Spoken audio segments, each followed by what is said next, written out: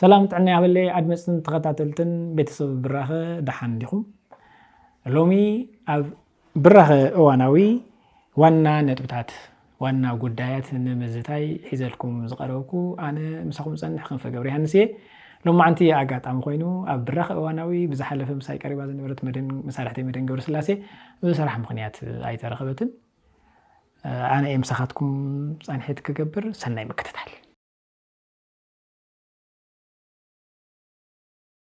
لومي حيزالكم قريبا زلخو سلسته وانا قدايات انتخون هذا انتمالي زتفنوه إيساياس أفوركي كعلم حدد أو أتوم وانا نتوتات مس ناي تقرأين أو زي زوبا تتحاحزو نزل على قدايات كافتيك علم حدد وستبيلنا مسرته وزغنو قدايات العلنا ساتهم نارانا هنصنعنا بمقطع لما عاوز مس حزي إثيوبيا بتجورز لا من قصاص نايني جنرال ساموراي يونس يوهانس منجاج من قصاص تايز مسل تايز على مسرح حتى مسرح زلو تايني مس خايو مغنياتهم تايز بلن مس حبريتا تحاحزنا بتوسخي مس فانو تتحاحزو زلعلو قدايات هلو السون تمنقصاص نفانو تايز مسل منجست إثيوبيا إدهيوم زولوم زول أكلات من يوم كاو بمقصال ناي أبي منجستي قصالي أنفتون منقصاصاتون ناي كينات وطنون تاي مسلو زورو زعباتات نارانا هنصنحنا سلام نافتي ناي مجمريا قداينا كنأتو حلف نابلناون حدا فيديوتات نارانا هنكرينا ناي مجمريا تمالي كاب زتوهاو ناي إيساياس أفوركي قال محتت وانا تخرط زقبرنا لهم كلتا قدايات نيرم هذا من السودان تتحايزو زلعلو قداي قالو كاتسيلو دما ناي إثيوبيا منغستي أبلعلي إيرترا قلوع خينات كابز أوج صنيح أيو مسكيح بحر تتحايزو أو أزورياون تخونتات مسكيح بحري ترايز تحاز يكونست قداي مسنايل كمز تحازن إيلون تخونات قدمينا بإيرترا مخادو أو إثيوبياون بعلي استعوجو كينات كمزلون مس أمحارا أو العل تقراي أو العل أورومو استعوجو كينات كمزلون مقلاص فتينو ميوم إيلمون تخونات تنا إثيوبيا قداي ودي ديو ناب إيرترا خمس حفشاوي مثلي نمتحازن كافتي استلم دبون قروص بزبل نبغتتاني أبي أحمد ناي إثيوبيا قدامي مينستر تايز بحال ناي قالات دارغا صرفي زمسلو قدات نار أنا سمعنا صرفي زمسلو قدات بغطتا نفتم وانا قدات إساس العلمهم إلنا زحزنايم قدات تايو بتوسن ملكعو مسياتم تتحاحزهم حصر زبالة فيديو مستناي سودان قداين إلون مسناي إثيوبيا قداين زلالو كنا أرولكم تمليسنا المتينة إساس أفوركي حد كافتي قال محتتهم بوانانت أو كلته مسارته وقدايات يوم تقولت جيرهم نيرم حدا نحن أول تخرط جرنا نريهم مالتي حدا من السودان تتحاحز لو قداي مالتي حدا العلاونة البرهان كم زلوا بالليش أخم زلوا زم لاختو قداياتي بعرس ابنتي زقل ونيرم قصيلون تقولت ناي السودان سي أو زي قاب زح خستاي ولا من تقولت ناي السودان أمونغو خلت جنرالات يو إلكاز قبر نجر تخكل يكونه مغنياتهم تنايدق إذا أتاونتون يو كل سوي فولتيو نسو نمجلات فتينهم يوم مالتيو أوزي نردو نجر تهليو أب السودان زنبرة سكاحزي يغتصل زلو قوسي نولوس كوينات نا إثيوبيا منغستي مس سعود عرب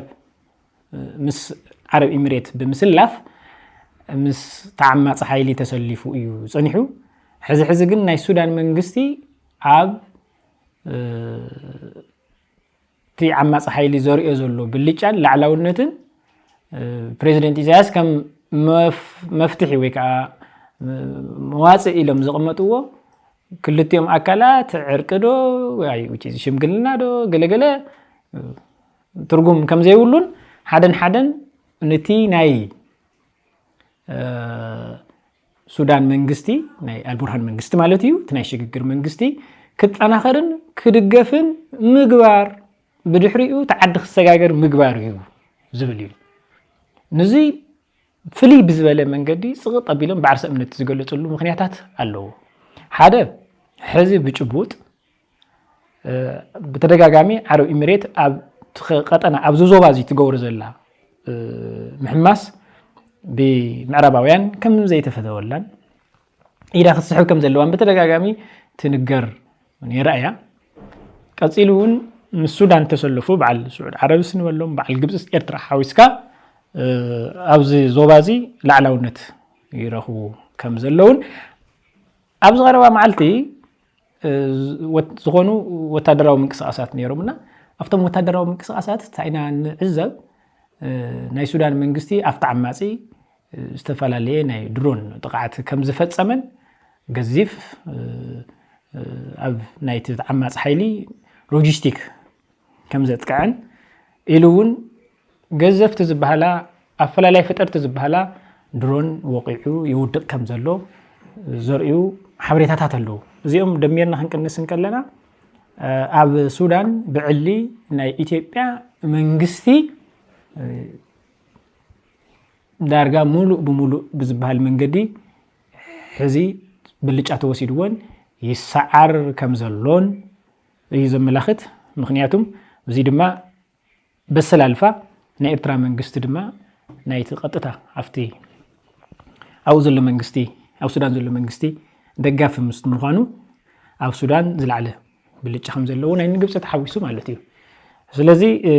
ناي سودان كم زي مخانن سودان مولو بمولو كترجع انتقيلا ني تزوبا ناي وعلو زغونه سلام هممصا عبي قدلوه بعين بوليتيكا خل دما ناي إثيوبيا منجستي كالي هذا جاهزلو يمص خمزلو زتقوم يسلازي تعبي نجار تحزي تنايز تزوبا زلو بوليتيكاون وتدراون منقساس ما اخلو سودان غيرو ينقساس كم زلو بعلي يفلطيو او سودان كلهم ربحات لنا زول اكلات اتيوم ناتترامسو خمز صنحو سكا حزي يفلطيو سلازي حز كن بچبوط زرع زلو حيل ميزان عريو نافتي ناي بالبرهان زبر حيلي كم زازوه زملاختو قدايات المقلاص زعلمي مسلني نافتي على محتتهم مقلاص زفتونو ازي بعين تجارون ترينايو ناي البرهان منجستي نبوزحات تمزابلتي عقيو زركبن بزوح دقاف زقبرن ابز زوبا تكراي اب تنتت اوان ناي سودان منجستي بزحش ملكعو اب قلن حزب تكراي تطويلو خمس نبرن بيتسب مخانون افت قرص اوان قبن حزب تكراي يبصح خمس نبره زفلتيو بأسل الفا درجة ون حزي مس منجستي إثيوبيا زلوه وتت بوليتيكاو غونصن نولو بوليتيكاو مسححابن تግራይ زحشه ናይ ምድር ዳር ዓቅሚ ይፈጥረላ ማለት እዩ ምክንያቱም ኣብ ሱዳን ዘሎ ሓይሊ ናይ አልቡርሃን መንግስቲ እንተደኣ በትሕዚዝ ሕዝቦ ዘሎ ብልጫት ዞባ ተቆጻጺርዎ ሱዳን ሙሉ ናብ ሰላም ናብ ምርግጋን እንተኣትያ ትግራይ ካሊ መማረጽን ካሊ ሰፊሕ ድጋፍን እትረኽበሉ ዕድል مس أبي أحمد أبتجورو بوليتيكاوي دردر يكون بوليتيكاوي إن كهبا هذا زحشة بليج فترة لا مخنياتهم تعمّص حيل أنت السعر بتعمي زخفئن يزغون نيرو زجراي مخنياتهم بكل عينت دجنا تدقاقفو متكعتن بفتسام نتقصيلو زحسو ناي أبي منجستي نابل اللي حزب تجراي كفتسو مزدلي كوينات أبز زوبا كفترو زدلي زلعله باللجا إيدون خصحبن دقاقي من خحسبن زقبر قداي مخان إذا ملخت زيرو عبز قداي زي نردو نقر نتاليو ببريزيدنت إساسون قال صوه زفتونم نتو قداي بحركن وي بخال عينت دردرن كالإم بزبل مسمس ندحريت كي قتت حدن نت منقستي كدقف كم زلوه أيام كقل صانيهم بزي بناي روحة تقرأي كن رأيهم كلنا يكون أفت زوبا زلو السودان استرقاقت عد مخانا هذا بزحات تقارو أو تمازابيلهم أفتي ناي السودان كامبيم زركبو سلازي كوينات ناوم كباب بزغرة وقصري بزو حساب يزيجنا مغنياتهم سبيشاليت عمات حيلي أيكونن تقارو أحواتنا نتهم دك عدون أو كرواوان أو استقطاع ربوتها خمي عينت زر مصنات جونسايد كم زفصمه زفلطيو تدميرو تقنيسو من السودان تتحاحزو زقربوو حدا نزل على عرس امنت هاليوم يوم ثم بريزيدنت قال محتتيو نيرم سو او سودان زلو غداي ابي احمد እና ተሰዓረ بريزيدنت إساياسن مس بريزيدنت إساياس تسلفهم زلوا حيلتات يسعروا كم زلوا زقلسيو سو زيد ما اسكاب مع زي زلق كم اللي خدو تلواوات خيقون زولو كالت قدايات كوينو حزقن زي قداي زي بربحة تقارو ناي البرهان منقستي مسعرو ويم دما ناي البرهان منقستي زلعله باللجا محلاو حيل ميزاننا ومززاو ناي تقراي بوليتيكا صبو التاوتيو تمسرتاو صقم زنيهتا ايو اب تقراي كمزيوم زمسلو عدلات باعقباو ونا تختله نابروحو كغير زخيل بوليتيكاو مرحنت مفتار زي مخالنا ايو نتقراي تحد مسرتاو غداي زحاسيا زلو تقراي سويلا خافتم قروس راس كمزيوم عينت نغير زركو ببعلاتهم منقد زموصو عدلاتوكا قمي غيرنا بروحاي كغيرو تنكنتات اب حد تطويلهم ايصنحن ناي مقيار بحر اللوم زي تبتقراي زلو مسرتاو دخمتون كمزيوم زمسلو عدلات معزن كمين كتقم كم زلو حاسيو زخيد مرحنت زي مهلاو ايو نافتي كالاي زعبه بطعمي بتغرت سحب زنبره قداي كا كنشجر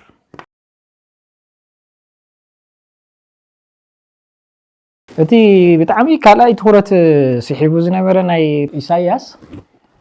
حادث ايو مس إثيوبيا استتحزه قداي ايو ناي إثيوبيا منغستي ابز قرب اوان بتدغاغامي ناي كوينات بانكيرا وقعن ابل علي تግራይ ኮኒ خلي ابل علي امحرا ኮኒ خلي ابل علي اورومو ኮኒ خلي نسو كم زلو خوينو بقصالي حدا غزيف ناي كوينات ترخ حيزو مس يفلطيو تزارخ نسو تايو مس قيح بحري تتحيزو زلعلو غداياتيو ابز غداي زي بجنرالاتو ابيلو بعلو اب بارلاما ابيت مخري ايثيوبيا قريبو إلون ناي إرترا الأولونت ملو بملو أو حتى ملكت بزقتو إرترا خميل أهجر كوينا قيح بحري من فري مخمزة هبة أي فلتن زولو عبيتي بو أوفيشال مالت بدقفتي قلقل زي كونس كافت قدام مينسترن كافتي إجتماجر شم جميرو ناتو دقفت يوم أساسيتي أمزبهالو تجارو جنرالات كي ترفو تجارو قلق تجارو بوليتيكينيات كي ترفون أو قلنا سلفو بروباغندا ناسرح مصلحون أوزو كونتات زي بايزوي نحنا كميدا بزح برنامجات سريحنا لونيرنا عنا جوجل بالصقنا استراتيجي كلتا مايات زبل زي كون نتاوي طوم حيزو حلف حليفو نلو علاونة إيرترا زنت أتصره كتصالن أصل كاين بروباغندا وزمته ككايت سنيح الله أزيد صعوق ناي بروباغندا زمته كينات نمواجن نمولعن زيت الجازلو قدمه مدلواتن سقات مخانو زغلص وغناتون አለው በተኻለ ወገን አብ ክልላት ትግራይ አምሐራ ኦሮሚያን ካልእን ዘሎ ዘቤታዊ ኩነታት ኢትዮጵያ አዝዩ አሰካፊ ኣብ ኢትዮጵያ ዘሎ ኩነታት ናበይ ከምርሕ ይኽእል ኣብ ልዕሊ ኤርትራ ክህልዎ ዝኽእል ጽልዋኸ እዚ ሕቶ እዚ ብቐጥታ እዮም ተሓቲቶም እዚ ሕቶ እዚ ዝመለስሉ ኣግባብ ብደንቢ ትኩረት ጌርና ክንሰምዖ ዝገብር እዩ ምክንያቱም እዚ ማለት ናይ ክልተ ዓድታት ዝተመላለስዎ እዩ ክኸውን ብኢትዮጵያ ገጽ እናተባሃለን ዝግበር ዘሎ ምንቅስቃስን ናበይ ከምርሕ ይኽእል በተደጋጋሚ ኢና ፕሮግራማት ዝሰርሕ ነርና I think በኤርትራ ገጽ በፕሬዝዳንት ደረጃ ብዕሊ ንትሕቶ ዝመለስሉ ኣግባብ ኣሎ እቲ ሕቶ እዚ ሕቶ እዚ ተዝቀሪ ኢሎም እዮም ጀሚሮሞ እዚ ማለት ባይዘወይ እቲ ናይቲ ኢንተርቪው ዋና ሕቶ ንሱ እዩ ያው ፕሬዝዳንት ኢሳያስ ታይሚሎም እዚ ሕቶ እዚ አንተ ዝቀሪ የሚሎም ተም ፕሬዝዳንት ስለዚ እቲ ብጣዕሚ ትኩረት ክወሃቦ ዝግባእን ነቲ በኢትዮጵያ ገጽ ዝመጽእ ዘሎ ገዚፍ ፕሮፓጋንዳ not only propaganda ናይ ኩናት ተረኽ ጥራይ እውን ኣይኮነን ሙሉእ ናይ ኩናት ምድላዋት ስለ ዘሎ ስለዚ እንታይ ኢሎም ይመልሶም እዩ ዝመልሱሉ ኣግባብ ኣቕለለ ቢሎም ክምልሱ እዮም ፈቲኖም ነገር ግን ኣቕለለ ቢሎም ዳኣይ መልሱ እምበር ተጠቐሙሉ ኣገላልጻ ቀሊል ክመስለና ይኽእል እዩ ግን ከምኡ ኣይኮነን እቲ ዓብይ መልእኽቲ ተመሓላሊፉ እዩ ሓደ ናይ ኢትዮጵያ መንግስቲ እዚ ኩናት ዝእውጆ ዘሎ መጀመርያ ብዕሊን ኢትዮጵያውያን እዩ ድሕሪ ፕሪቶሪያ ንፋኖ ከጥፍእ ኢሉ ኣምሓራ ምንቅስቃስ ከም ዝጀመረ ኣብ ልዕሊ ትግራይ ጦርነት ከም ዝኣወጀ ኣብ ኦሮሞ ጦርነት ከም ዘሎ ንምግላጽ ፈቲኖም እዮም ምክንያቱም እዚ ዘልዕልሉ ዋና ምክንያት ናይ ኣብይ መንግስቲ ንኣብነት ብዕሊ ምስ ቀይሕ ባሕሪ ዝተተሓዙ ጉዳያት ከልዕልን ከሎ በተደጋጋሚ ንሕና እውን ከም ንገልጾ ናይ ኣብይ መንግስቲ ፕሮጀክት ወይ ከዓ ዕላማት እዩ ብድላዩ ዓይነት መንገዲ ይኹን ተን መንገድታት ምግላጽ ተፈቲና እታ ሓንቲ ብሰማራ ጌርካ ብዓፋር ጌርካ ማለት እዩ ንኤርትራ ምእታው እዩ እንታይ ማለት እዩ ትግራይ ከይተጠቐምካ ንኤርትራ ንምጥቃዕ ምፍታን እዩ ተኻልእ ድማ በኢትዮጵያ በትግራይ ጌርካ ንኤርትራ ጥቃዓት ምፍጻም እዩ ዝኸውን ስለዚ እዚ ንሕርዳኣ ኮይኑ ኣብ ትግራይ ዘሎ ጉዳይ ሓደ መልክዕ ከትሕዝዎ እዮም ማለት እዩ ወይ እውን ብሓደ እዋን ንናይ ትግራይ ሓይልን ንናይ ኤርትራ ሓይልን ንምጥቃዕን ንምድምሳስን ሓዱሽ ናይ ኩናት ኣንፈት ነፂሮም ክንቀሳቀሱ እዮም ማለት እዩ ብሰነፋት ተዓዲምካ ኣብ ቆይቆይ ትእቶ ዝበሃል ትምህርቲ ቀደም ተማሃርናዮ ኣብ ዓዲ ሹማ ናይ ሰነፋት ትምህርቲ የለና ናብኡ ንሕና ምድላዋት ክግበር ኣሎ እንታይ እቲ ዝግበር ዘሎ ምድላዋት መጥቃዕቲ በየኒ ክጅምር መዓስዮም ክጅምርዎ ብፋኖታት ድዮም ክጅምሩ ቅድም ናይ ህዝቢ ኢትዮጵያ ኩናት ድዮም ኣውጆም ክውድኡ ብመንገዲ ሳምረ ድዮም ክመፁ ብትግራይ ገይሮም ድዮም ክመፁ በየናይ መንገዲ ብጎጃም ብጎንደር ዲ ብሸዋን ብወሎን ዲ በየናይ ከባቢታት እዮም ዝመፁ ዘይግዜኻ ኣይተጥፍእ ብግልጽ ገሊጾም ብሰማራ ዲ ክመጽእ ብትግራይ ዲ ክመጽእ ናይ ኢትዮጵያ ኩናት ወዲኡ ዲ ክመጽእ ገለገለ ይብሉ ነይሮም ሶ እዚ ዘርኢ ብዙሓት ወገናት ብቕንዕና ኢትዮጵያ ናብ ኤርትራ ተልዕሎ ኩናት እሲ ንሕና ተጋሩ እንታይ ይምልከተና ኢሎም ተደጋጋሚ ሕቶ ዘልዕሉ ነቶም ብቕንዕና ሕቶ ዘልዕሉ መሰረት ጌርና ምርኣይ ንኽእል ኢና ፈለማ ናይ ኢትዮጵያ መንግስቲ ፕሮጀክት እንታይ እዩ ተይልና እንትቕድም በተደጋጋሚ ንገልጾ ዝነበርና ናይ ኣምሓራ ሓይልን ናይ ኦሮሞ ሓይልን ኣሰባሲቡ ኢህደግ ኣፍሪሱ ቀዳማይ ሚኒስተር ኮይኑ ኦሮማራ ዝብል ሓይሊ ፈጢሩ ማለት እዩ እዚ ኦሮማራ ዝበሃል ሓይሊ ልክዕ ኣዲስ ኣበባ ምስ ተቆጻጸረ ነቲ ናይ ኣምሓራ ሓይሊ ድማ እንደገና ናጓኑ እዩ ዝኸድ ነይሩ ኢንፋክት ብደንቢ ኣይረአን ነይሩ ናይ ትግራይ ኩናት መጽዩ ናይ ትግራይ ኩናት ክመጽእ እንከለ ድማ እዚ ሓይሊ እዚ ልክዕ እቲ ዝነበረ ተረኽ እቲ ናይ ኣምሓራ ኤሊት ፖለቲካ ኤሊት ኣሰሊፉ ኣብ ልዕሊ ትግራይ ጆኖሳይድ ዝፈጸመ ሓይሊ እዩ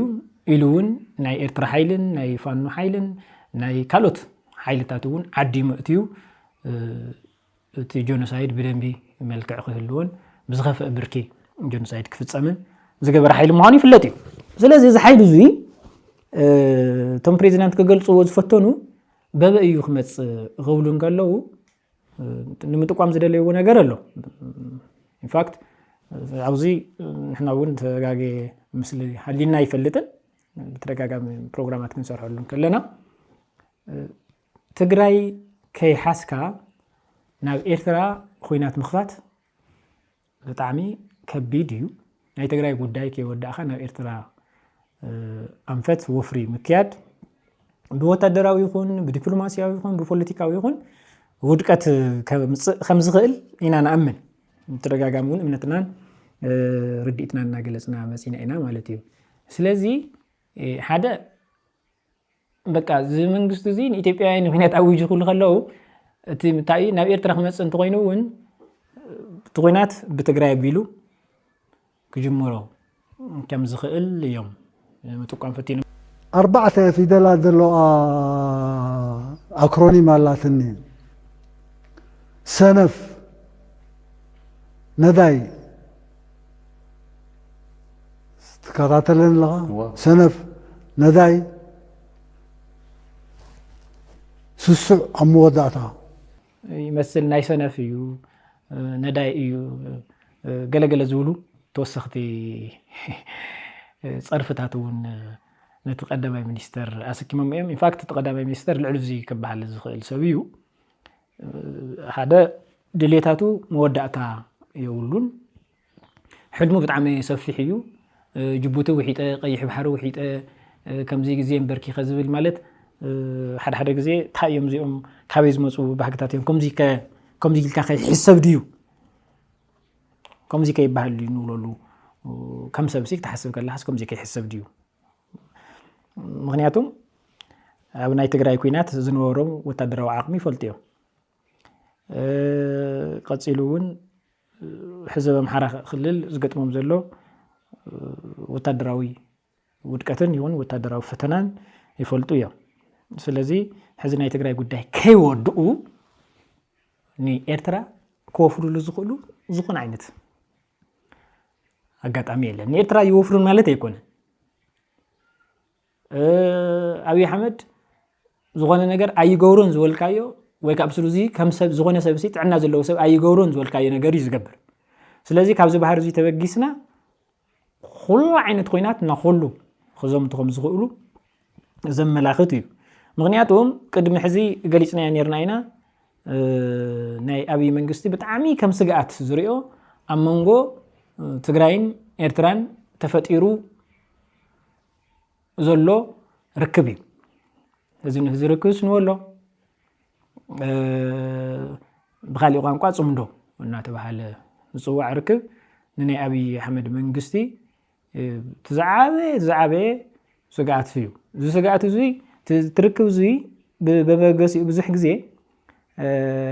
ናይ ኢትዮጵያ መንግስቲ ትግራይ ንምክሳስን ትግራይ ናብ ካልእ እንደገና ካልእ ወራር ልዕሊ ትግራይ ንምፍፃምን ታሪክ ንክፈጥርን ፕሮፓጋንዳ ከቅስቅስን ይስማዕ እዩ ብመሰረቱ ነዚ ደጊፎም እውን ጠጠው ዝበሉ ገለ ጀነራላት ተጋሩ ኣለዉ እዮም ኣብ ቀፃሊ ክንሪኦ ኢና እሱ ኢሉ እውን ፖለቲከኛታት ተጋሩ ከይተረፈ እውን በዚ ታሪክ እዚ ናብ ትግራይን ናብ ኤርትራን ብሓደ ግዜ ምውፋር ይከኣል እዩ ምዝማት ይከኣል እዩ እናበሉ ቅስቀሳ እናካይዱ ፀኒሖም እዮም ታሪክ እውን እናሰርሑ ፀኒሖም እዮም ኣብዚ ቀረባ እዋን እኳ ቀዳማይ ሚኒስተር ኣማኻሪ ዝኾነ ኣይተ ጌታቸው ረዳ ብጣዕሚ ኣናኢሱ ናይዚኦም ሰለስቲኦም ሓይልታት ናይ ፋኖ ናይ ኣብ ትግራይ ዘሎ ሓይሊ ቀፂሉ እውን ምስ ኤርትራ ዝግበር ርክብ ሰለስተ መዓልቲ ሲኹን ክልተ ሰሙን ሲኹን ብዝብል እዚታ እዩ ዘርእየካ ያው ኢትዮጵያ መንግስትስ ኩናት እንድሕር ተኸፊቱ ኣብ ትግራይ ዘሎ ሓይሊ ብመዓልታት ክፈርስ እዩ ኢሉ እውን ኣብ ኤርትራ እውን ብመዓልታት ክፈርስ እዩ ዝብል ግምገማ ከም ዘለዎ እዩ ዘርኢ ከም ናይ ኣቦይ ሳልሕ ፅውፅዋ ኣሎ ነዊሕ ዛንታ እዩ ግዜኹም ከጥፍኣልኩም ኣይደልን እየ ግን ሰነፍ ወይ ሰይጣን ንገዛእ ርእሱ ሰብ ተመሲሉ ኣብ መገዲ ፀናሓካ ኣብ መገዲ ፀናሓካ ዓዲ መካን ዓቡን ሻሲ ተናዓ ከም ዝብለካ ክንቋየቆካ ምእንቲ ኣይፋለይን ከምቲ ኣቦይ ሳልሕ ድብሎ ወይ ስራሕ ኣላትኒ ስራሐይ መሰሳለጥኩ ክመፃካ እያ ትብሎ እምበሪ ከምኡ ኢሉ ፀናሓካ ሓደ ሰነፍ ኣብ መንገዲ እንድሕር ፀኒሑካ ብሰነፋት ተዓዲምካ ኣብ ቆይቆይ ትእቶ دبهال تمهرتي قدم تمهرنا عد شما لاي سنفات تمهرتي يلنا نابو نحنا بزعبا حاجي صالح العلوم يوم كملسو فاتينهم حاجي صالح سي السيطان كغاغيوم ناو زخونه بوتا يخد يصوعوا ማለት ድግሰሎ ወይ ከምዚ የለ ወይ ገለ ይሉ ይጽውዑም እሞ አይ ጉዳይ የለን እናውሉ ምክንያቱም ካፍቲ መስመሮም ከውጾም ወይም ድማ ካፍቲ ሶም ምድላዋቶም ከውጾም ስለዚህ ያው ከም ሐጂ ሳሊሕና ክብልን ከሎ ቲ ፕሬዝዳንት በዋናነት ከም ሓላልፉ ዝደለዮ እንታይ እዩ አፍቲ ናይ አብይ ወይ ከዓ ናይ ኢትዮጵያ ፕሮፓጋንዳ አይነ ጥሕልን ወይ ከዓ አይነ አቱን ነገር ግን ንሕና ስራሕና ኢና ክንሰርሕ ምድላዋት ኢና ክንገብር شعور ورار انتفتصيما حبيرنا نريو زبل ملاشي توحيو اوزي خلت مسرتاو ነገራት ተረዲየ ስጋት የለን ማለት ጌጋይ አፍተን ፕሬዝዳንት ስጋት አለይ ስጋት ይነበብዩ ያው ምክንያቱም ንአብይ ምንቅስቃስ ከፕሮፓጋንዳ ዝዘለለ ምዃኑ ምድላዋት ከም ዘለዎ የገናዘብዩ ስለዚህ ስጋቶም በደንብ ንኸይርአ ጥንቃቄ ገይሮም ምላሽ ይውነሮም ተዓቢ ነገር ዘመሐላልፉ ወግን ምድላው ከም ዘለዎ ምን ኢሉውን እንተ መጽኡ ምላሽ ንማብ ከም ዘይጽገሙን እዮም አውዚ ምስ ዓርሰ እምነቶም ቆሩ ሓፍክል ዝገብሮታ እዩ ተው ኢትዮጵያ ዘሎ ኩነታት እዩ ምስ አምሓራ ዝገብሮ ዘለና ኢትዮጵያ መንግስቲ ኩናት እዩ ቀጽሉውን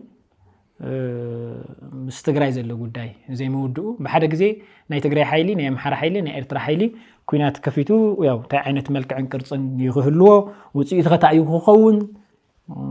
ካልእ ጉዳይ ኮይኑ ግን ቀሊል ከም ዘይኮነን ንሓደን መወዳእቱን እውን ኣብቲ ዞባ ማንም ክቆጻጸሩ ዘይኽእል ኩናት ክመጽእ ከም ዝኽእል ኢትዮጵያ እውን ሙሉእ እትፈርሰሉ ዕድል ሓድሽ ጂኦግራፊያዊ ምትዕርራይ ኣብቲ ዞባ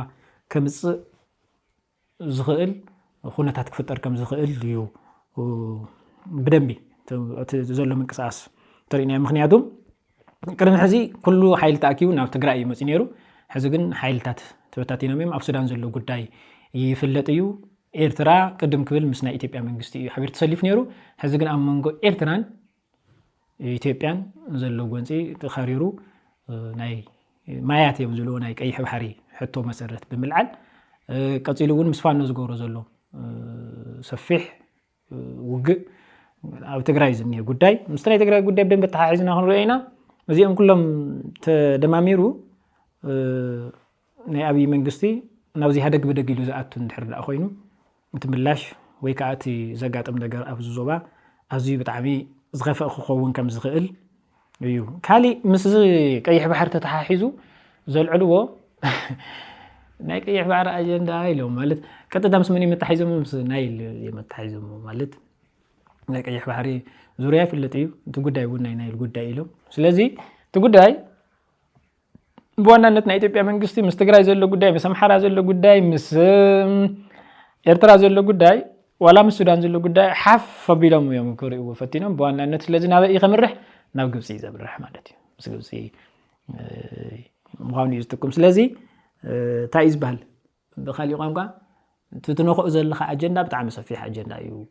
ብዙሓት ሰዋና ዘለዎ እዩ ስለዚህ ዘውዝኒ ክትነክእ እንከለኻ ማለት ዕጥቂ ስለ ዘምጻኻ ሪሶርስ ስለ ዘለካ ብዙሕ ህዝቢ ስለ ዘለካ ካልእ ነገር ስለ ዘለካ ዝደለኻይ ነገር ትገብር ኢኻ ማለት ኣይኮነን ዝኸፍእ ነገር ከም ዕብዳን ዝበልዎ እውን ኢንፋክት የብልን ድዩ ምክንያቱም ናይ ኢትዮጵያ መንግስቲ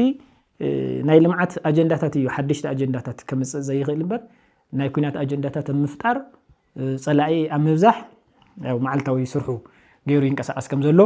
በዋናነት ኣብዚ ቃለ መሕተቶ ንምርዳእ ዝኸድኩ ርሕቀታ እዩ ተዓቢ ቃለ መሕተት እዚ ብቐጥታ ናይ ኢትዮጵያ መንግስቲ ብዝግባእ ምላሽ ንምሃብ ዝዓለመ እዩ ነይሩ ሓደ ኣብ ሱዳን ዝተወሰዶ ብልጫ ንምርኣይ ፈቲኖም እዮም ቀጺሎም ናብ ኤርትራ እትገብሮ ኩናት ንስኻ መጀመርያ ኣብ ኢትዮጵያ ውሽጢ ኩናት ኣብ ውሽጢ ኩናት ኢኻ ዘለኻ ምስ አምሓራ ትዋጋእ ኢኻ ዘለኻ ከምቲ ትብሎ አምሓራ ቀሊል ኣይኮነን ምስ ኣብ ኦሮሞ ምስ ኦነግ ትዋጋእ ኢኻ ዘለኻ ኣብ ትግራይ ዘሎ ምስ ትግራይ ዘሎ ሓይሉ እውን ኣብ ኩናት ኢኻ ዘለኻ እዩ ስለዚ እቲ ዝኣዋጅ እዚ ንኤርትራ ይኮነን ንኢትዮጵያ ዝተኣወጀ ኩናት እዩ ዝበሉሉ ኣግባብ ምክንያቱም ምዞም ሓይልታት እዚኣቶም ኣብ ምርድዳእ ዘይበፅሐ ኣብ ሕድሕድ ኩናት ኣትዩ ዘሎ መንግስቲ እንደገና ትግራይ ዓውዲ ኩናት ክገብር ናብ ትግራይ ክመፅእ እንከሎ እንታይ ክገጥሞ ከም ዝኽእል ኣብ ትግራይ እውን ንምጥቋም ዝዓለመ እዩ ስለዚ ሕዚ ምስ ኤርትራ ኣብ ትገብሮ ኩናት ንምግላፅ ዝፈተኑ ቦታ እዩ ምስ ኤርትራ ኣብ ዝግበር ኩናት ባዕሉት ናይ ኢትዮጵያ ኩናት ክውሕጠካ ይኽእል እዩ ተብ ኦሮሞ ዘሎ ኩናት ተብ ኣምሓራ ዘሎ ኩናት ተብ ትግራይ ዘሎ ኩናት ወይ ከዓ ተብ ኣብ ትግራይ ዘሎ ኣብ ኣምሓራ ዝግበር ዘሎ ውግእ ንምጥቋም ዓሊሞም ስለዚ ኣብ ሱዳን እውን ብልጫ ኔካ እዩ ኣብ ውሽጢ ኢትዮጵያ እውን እንተኾነ ንስኻ ኣብ ቅልውላውን ኣብ ኩናት ኒኻ ዘለኻ ስለዚ እዚ ኩናት እዚ እንተጀሚርካዮ ባዕሉት ኩናት ኣብ ውሽጢ ዓድኻ እዩ ዝኸውን ስለዚ ከፍርሰካ እዩ ንዑ እዮም እውን በቃ ማለት ናይ ሰነፍ ዝኾነ ጥዕና ዘለዎ ኣካልስ ከምዚ ኢሉ ኣይሓስብን ንምባል ዝፈተኑ እታ ሳልሰይቲ ድማ ምስ ናይ ቀይሕ ባሕሪ ተተሓሒዙ እውን ናይ ናይል ተፋሰስ ኢሎም ዝፀውዕዎ ኣብዚ ከባቢ እዚ እውን እንድሕር ዳ ኢድካ ኣቲኻ ብኩናት ምስ ኤርትራ ዝበሃል ዘይኮነስ እዚ ይምልከቶም እዩ ዝበሃሉ ዓድታት ግብፂ ሓዊሱ ኢኻ ኩናት ትፅውዕ ዘለኻ እዩ ስለዚ ብሰለስተ መንገዲ እዩ ኣብ ሱዳን እውን ተስዒርካ ኢኻ ብልጫ ተወሲድካ እዩ ብትግራይ ክትመፅእ እንተልካ እውን ክገጥመካ ዝኽእል ፍሉጥ እዩ ብዓፋር ትመፅእ ትኾንካ እውን ከምኡ ናይ ፋኖ ምንቅስቃስ እውን ከመይ ይግድበካን ከመይ ይሕዘካን ኣሎ ናይ ኦነግ ምንቅስቃስ እውን እዚ ኩነታት እዚ ዝፅበ ሓይሊ ብርክት ዝበለ ሓይሊ ኣሎ እዩ ኣብ ወለጋ ከባቢ ስለዚ እዚ ቀሊል ከም ዘይኮነ ቀፂሉ እውን ኤርትራ ሓደ ላዕላዊ ዓዲ ስለ ዝኾነ ምስ ናይ ቀይሕ ባሕሪ ተተሓሓዘ ጉዳይ ካልኦት በዓል ግብፂ በዓል ስዑድ ዓረብን ካልኦት ዓድታት ኣብዚ ጉዳይ እዚ ሱቅ ክብላ ከም ዘይኽእላን ስለዚ እዚ ሓደገኛ ምዃኑን ኣብ ውሽጢ ኢትዮጵያ ኣይኮነን ዶ ኣብ ዙርይኡ ኣብ ውሽጢ ኢትዮጵያ እውን ኣብ ውሽጢ ሓደጋ ከም ዘሎ ባዕሉት ናይ መንግስቲ ኢትዮጵያ እንታይ ዝብል ናይ ኤርትራ መንግስቲ ምስ ፋኖ ርክብ ኣለዎ ኢሉ እውን ምስ ናይ ትግራይ ሓይሊ ርክብ ኣለዎ ኢሉ እውን ምስ ኦነግ ርክብ ኣለዎ ዝብል ክሲ እዩ ዘቕርብ ነይሩ ነዚ ክሱ እዚ ብፖለቲካዊ ኣሰላልፋ ክገልፅዎ ከለው ኣብ ኦሮሚያ ናይ ኣብይ መንግስቲ ኩናት እንተገጢሙ ኣብ ኣምሓራ ኩናት እንተገጢሙ ኣብ ትግራይ ኩናት እንተገጢሙ ኣብ ኤርትራ ከገጥም ከሎ እዞም ሓይልታት እዚኣቶም ባይ ዲፎልት ሓቢሮም ጠጠው ከም ዝብሉን ዝኸፍአ ከም ዝኾነን ዝጥቁም እዩ ስለዚ ኣብዚ ዘለና ምልከታታ እዩ እቶም ፕሬዚዳንት እቶም ዋና ነጥቢ ከም መሓላልፈውን ዝደልዩ መልእኽቲ እታ ዓንኳር ሓሳብ እዚኣ ትመስል ይዳለው ከም ዘለው እውን እቲ ናይ ጂኦግራፊ ብልጫ ናይተን ዓድታት ኣሰላልፋ ብልጫ ኢትዮጵያ ሕዚ ኣትያቶ ዘላ ኣብ ሕድሕድ ኩናት ኣብቲ ሕድሕድ ኩናት ድማ ዝሐሸ እቶም ናይ ኤርትራ መንግስቲ ምስቶም ካልኦት ሓይልታት ዝሐሸ ርክብ ከም ዘለዎም ዝጥቁምን ዘረጋግፅን ኮይኑ ኢና ረኺብናዮ ናይ ኢትዮጵያ መንግስቲ ምላሽ እዚ ዙርያ እዚ እንታይ ክኸውን ይኽእል ካልእ ጉዳይ ኮይኑ ማለት እዩ ምዙ ተተሓሒዙ ሓደ ዓብይ ነገር ክርአ ዝግብኦ ጉዳይ ኣሎ ሕወሓት ጉባኤ ምስ ሳለጠ ብትግራይ ምዙ ተተሓሒዝና ንሪኦ ጌታቸው ረዳ ካብ መዘንኡ ምስ ተኣለየ ጀነራል ታደሰ ክመፀሉ ከባቢ ምስ ኣቦ ወንበር ሕወሓት ዶክተር ደብረጽዮን ናይ መወዳእታ ይመስለኒ ጌታቸው ኣብ ካብ መዘንኡ ዝእልየሉን ጀነራል ታደሰ ኣብ ዝመፀሉን ዝርርብ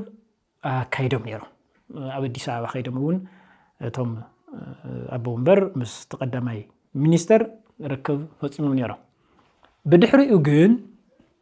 ጀነራል ታደሰ ወረደ ዝመፀሉ ምስ መፀ ክመፅን ከሎ ማለት ብኢሜል ምረፁ ገለገለ ዝብሉ ጉዳያት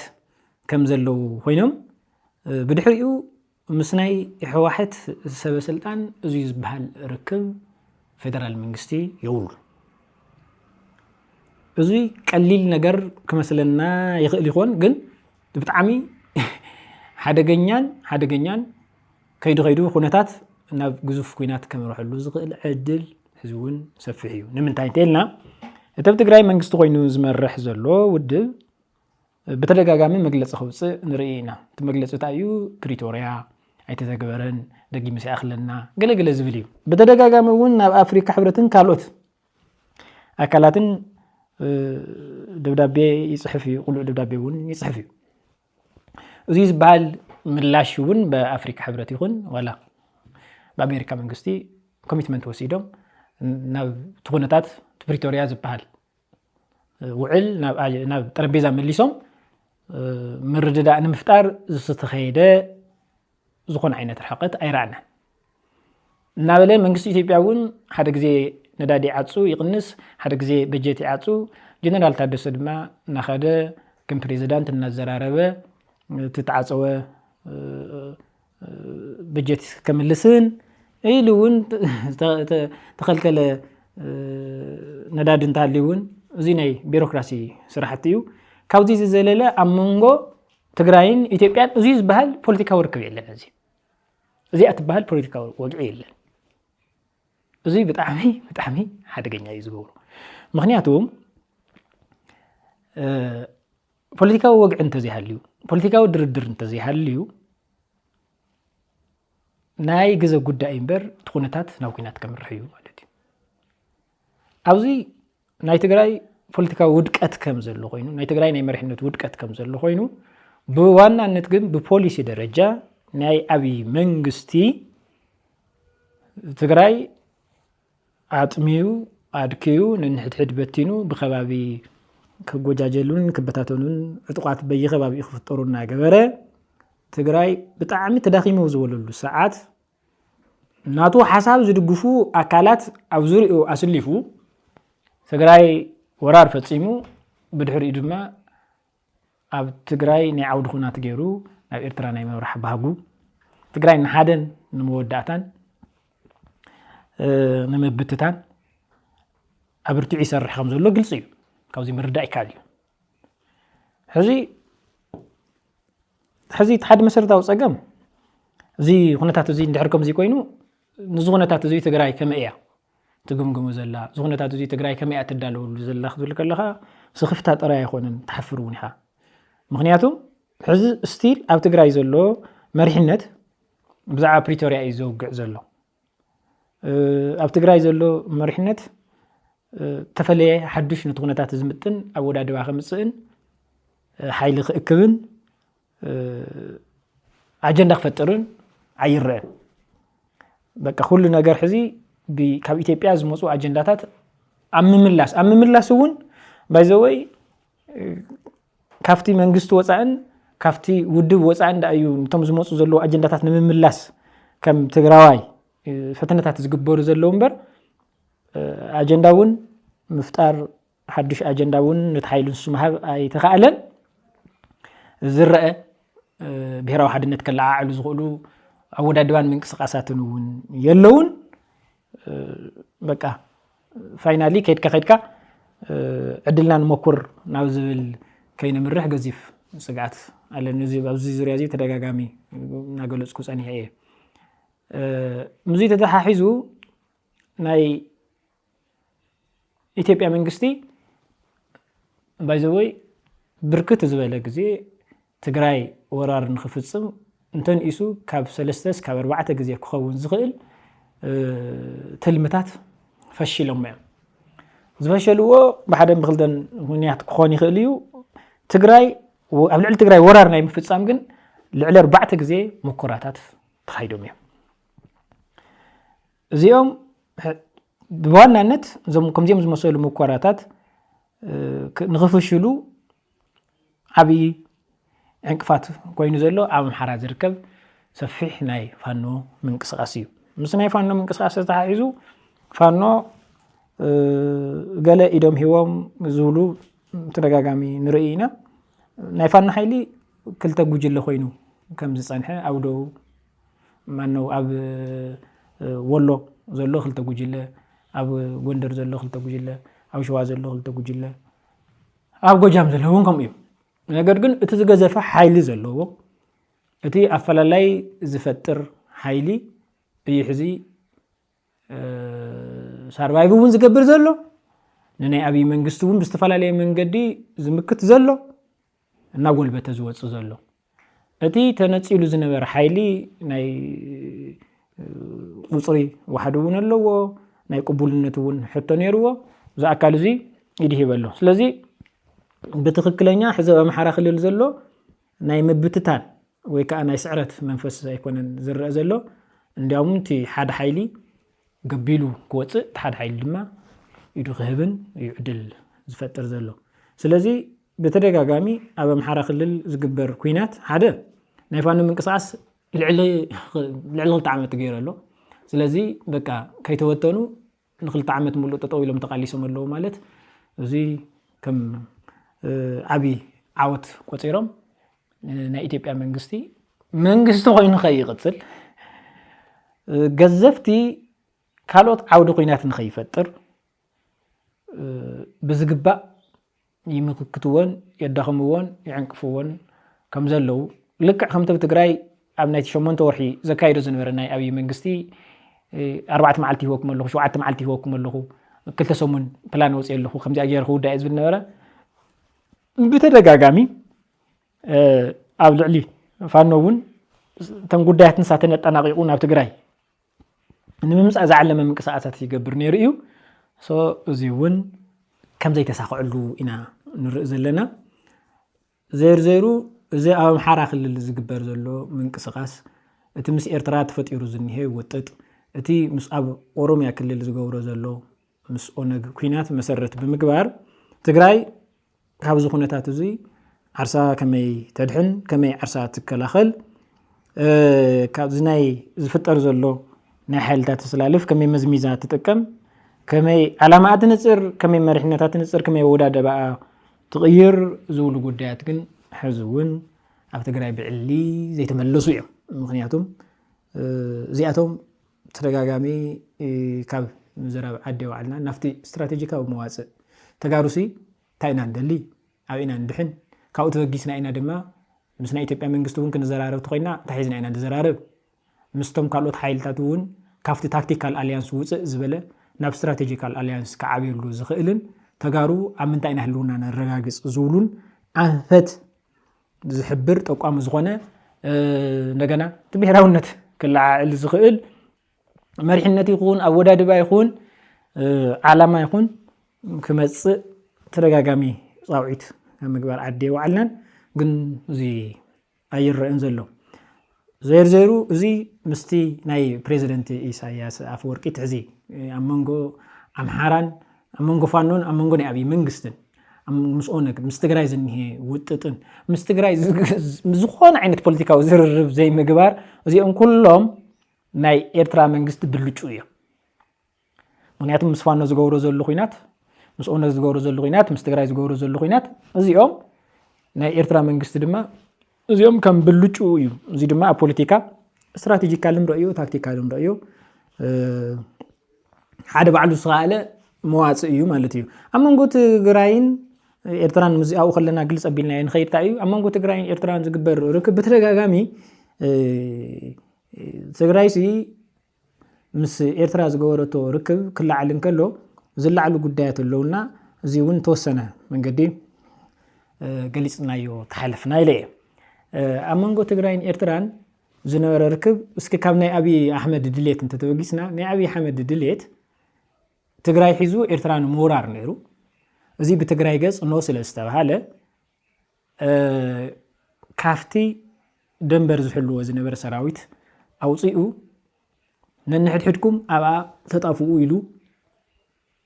ንናይ ትግራይ ሰራዊት ገዲፍዎ ይወፅዩ ሕዚ ባይዘወይ ኣብዚ ስኢልና ካብ ናይ ፖለቲካዊ ብሽሽቅ ወፂና ኩነታት ብኣግባቡ ተተረዲእና ትግራይ ዝነበሮ መማረፂ ክልተ ነገር እዩ ወይ ናይ ኣብይ ኣጀንዳ ተሸኪሙ ኩናት ይኣቱ ኣይ ኩናት ድማ ሕዚ ንትግራይ ጎቲትካ ምምፃእ ድማ እንታይ ዝኣክል ንህዝቢ ትግራይ ዋጋ ከም ዝኽፈሎ ንዝሓለፈ 3 ዓመት ኩናት ብዕል ሪና ኢና እሞ ሕዚ ድማ ምስ ሓደ ሃገር ላዕላዊ ዓዲ ናይ አብይ አሕመድ ዕጡቋት ኮይና ናይ አብይ አሕመድ ድሌት መፈጸምቲ ትማል ንጎሆን ናይ ኤርትራ ሓይሊ ፀዊዕን ናብ ትግራይ ሕዚ ድማ ናይ ትግራይ ሓይሊ ሒዙ ናብ ኤርትራ ንኽዘምት ፈቃደኛ ምዃን እዚ ናይ ሞት ጥራይ ዘይኮነስ ተታሒስካ ምጥፋእ እዩ እቲ ኩናት እውን ኣብ መንጎ ትግራይን ኤርትራን ይኸውን ትግራይን ኤርትራን ድማ ሓደ ብዘላቂ ንሓደ ንመወዳእታን ዝጥፍኣሉ ዓውዲ ኩናት ዝኾናሉ ኣንፈት ኩናት ሒዙ መፅዩ እዚ ዘይምቕባል ትኽክል እዩ እንተይልና ቀፂሉ ምስ ኤርትራ ዘሎ ጉዳይ ናይ ኢትዮጵያ መንግስቲ እንተንኢሱ ብፖለቲካዊ ምርድዳእ መፍታሕ ጽቡቕ እዩ ተዘይኮይኑ ግን ብውዕል አልጀርስ መፍታሕ እዩ እዚ ናይ ውዕል አልጀርስ ናይ ኢትዮጵያ መንግስቲ ክፍጽም ጥራይ አይኮነን ድሌት ዘይብሉ በቃ ኤርትራ መንግስቲ ዝወረሮ መሬት የለን ኣብ ዓዱ እዩ ዘሎ ኢሉ ወይ ዝሓዞ መሬት የለን ኢሉ እዩ ለቂቁ ወፅዩ ለቂቁ ክወፅእ እንከሎ تا زنبرت نميج مرة بروجكت أيه خلتيهم حيلتات كوا جو يوم يا أفتكر عايزول لو حيل زي بس بود دايزي كو كاس أي جبون مس إرترا زلو حيلي مس حيل سيكون من قصة إرترا سيكون لزب فتيرو كاب تجراي ون إرترا كم زي تكوس كاب إرترا ون تجراي كم زي تكوس نمر مبصح بخمي مغنياتو يو جيجا ايتو هايلو زخصص قصيلوون اتي كونتات ترغاغيو ኢትዮጵያ ተረጋጊያና ኢትዮጵያ መንግስቲ ጉዳዩ ብዕሊ ምስና ኤርትራ መንግስቲ በትውዕል መሰረት በአልጀርስ መሰረት እስካብ ዝፈትሕ እቲ ተፈናቃሊ ካብ መረበቱ ለቂቁ ዘሎ ህዝቢ ክምለስን كحرسن ناي إترا سراويت كافتح زو زلو كوتس أو بوليتيكا وقع وقعها مقبار بمنتاي إيو سحتت توهايل الزوء تقرأي كبسور خاوزي وسأسي كالي من مارت أني وادي خوين اتسال زايد ما أوكي زي من حرز قبور خوينهم الزو خوينات بزلاقي أو العدي خلتي هزو زماسة خوينات بزلاقي نفس بسلام نمفتح عب ساعاتو بوليتيكاوي زرربن بوليتيكاوي متعراي نسكاو زقبر اتا هزبقن حاو هزبن قربيتن نيو دحر حزي قدامي يولون هزبن اي هزبي ركب يجمر يلكا مجمر بمتاي سحدت يخوان ازوي نهزب تقراي بتخكلن يعني ترينا يو يعب ينقاس قونسن كويناتن أرحيقو مستقرويتن حاو هزون كال أي دمننت نخياتو مسرح أيكونن دون إترا منجست فقادن يقوينو تزي يقوونون ازي يسرح خم منجستي ازي يسرح كم سراويت سلازي زوزي نهي ني إتبع منجستي وفويتا خم زي فترلو ني إتبع منجستي سقات كم زخونة يفلتي نمنتاي نا إثيوبيا منغستي بوليسي تግራይ ናይ ምጥፋእ ኤርትራ ናይ ምጥፋእ ኣምሓራ ናይ ምጥፋእ ናይ ሰሜን ሓይሊ ንሓደን መወዳእቱ ናይ ምብታን ምንቅስቃስ ይገብር ስለ ዘሎ ሕዝብ ጭቡጥ ካብ ኢትዮጵያ ከም ፖሊሲ ተታሒዙ ዘሎ ትግራዋይ ናብ መረበቱ ከይሸግር ምግባር ሕዝብ ጭቡጥ ግዝአቱ ከይምለስ ምግባር ተረጋገአ መንግስት ትግራይ ከይህሉ ግዝአቱ ከይመለስካ ውዕል ፕሪቶሪያ ከይፈጸምካ እንደገና ኻሊ መመሳመስን ናይ ኩናት አጀንዳን መረጻይልካ ምምጻ ኢሉውን ምስፋኑን ምስ ናይ ኤርትራ መንግስትን ሓቢርኩም ትሰርሐሉኹም ብምባል ሓዱሽ ንኹሉ ዝኸውን ኩናት ምእዋጅ زي إذن أصله نا إثيوبيا منغستي زي بايزوي ببوليسي درجة إيو ببوليسي درجة ناي سمين حيلي ناي مبتان بوليسي زلوه إيو ناي أبي أحمد بريتوريا غزد أي غزي اللمبر ناي من مستقراي تدراديرو عرقي كمصئن تግራይ أكل إثيوبيا غيرو تازلا تግራይ كقصلن باهغن دليتن يبلون سو ازي بحدن بخلتن مخنيات مس إرترا زغبر تግራይ مس إرترا تغورو خوينات فانون وعلو خبل ونجن وعلو خبل نا إرترا حيلين وعلو خبل حاوير تطو والو زي قري مخنياتهم حزي أمونغو تግራይን إرتران زغبر زلو عرقن ركباتن غونص مرحقن تعنا زلو منغستن تزغون نيرو نا إثيوبيا منغستي كم عبي عوتيو كتقبلو زغبا نيرو بزي منገድ ዚውን ምስና ኤርትራ መንግስት ዘለዎ ጉዳይ ተዛራሪው በሰላም ኩድ متخاله نيرو ነገር ግን ሕዚ ና ኢትዮጵያ መንግስቲ ናይ ልምዓት ይኹን ናይ ዝኾነ ነገር ድሌትን ባህግን የውሉ ነብ ትግራይን ሓደ ንመወዳእቱን ከፈራርስ እዩ ዝንቀሳቀስ ዘሎ ሶ ካብዚ ብምብጋስ ትግራይ ሕዚውን ተደጋጋሚ ንውለታ እዩ ንዝኹነታት ዝምጥን ካብ ናይ ፕሪቶሪያ አጀንዳ ውፅእ ዝበለ ብሄራዊ ረብሓ بزلاقي كرغاغص زخيل هلونا تغارو خوحس زخيل ناي قالس انفت تغارو انطلبلو اوان ناي مودات اوان بسحنا لنا مالتي مغنياتهم اسكا حزي ناي اثيوبيا منغستي ابلع الحزب تግራይ ወራር ዘይፈጸመሉ ምክንያት ሰላም ስለዝደሊ ወራር ክፈጽም ስለዘይደሊ አይኮነን ويون تحز زلوتو تግራይ ውሽጣው ቆውሲ بو ክትበታተን ለይ ትኽእል ያይሉ ስለዝኣምን አይኮነን ተደጋጋሚ ይፍሽሎ ስለዘሎ እዩ እዚቲ ናይ ኢትዮጵያ መንግስቲ ዘለዎ ኣብ ልዕሊ ትግራይ ዘለዎ ናይ ካልኣይ ኩናት ናይ ምኽፋት ቶም ዕንቅፋት ዝኾንዎ ዘለው ጉዳያት ናቀነስኩ ቀኒሰሉ ኣብ ዘወለሉ ትግራይ በይና ረኺበ ያው ዘወለሉ ግን ሰዓታት ከም ዘይጸንሕን በመሬትን በሰማይን ገዚፍ ኩናት ከውጅ ከም ዝኽእል ምርዳእ ይድሊ መስለኒ ንዚውን እዩት ናይ ቃለ ምሕተት ሙዚየት ተሓሒዝና ንሪእን ከለና ዝኹነታት ናብ ኤርትራ ጥራይ ዝዓለመ ዘይኮነስ ንኢትዮጵያውያን እውን ዝተኣወጀ ኩናት እዩ ስለዚህ بግልጽ ምስ ኢትዮጵያውያን እውን እናተዋጋእኻ ምስ ኤርትራውን ክትዋጋእ ኣይትኽእልን ዞም ሓይልታት እዚኦም ብሓደን ብክልተን ምኽንያት ምስኣቶም እውን ትገጥም ስለዘለኻ አንጻርካ ክሰለፉ እዮም ስለዚህ ትኹይናት ኣብ ውሽጢ ኢትዮጵያ ከም ዝኾነ ንምጥቋም ዝፈተንዎ እዮም ምኽንያቱም ንስኹኢሉ ብዓፋር ጥራይ ኩናት ይገብር ኢልካ ምሕሳብ ኣይከኣልን መደበኛ ኩናት ብዓፋር እንተገጢሙ እውን ትግራይ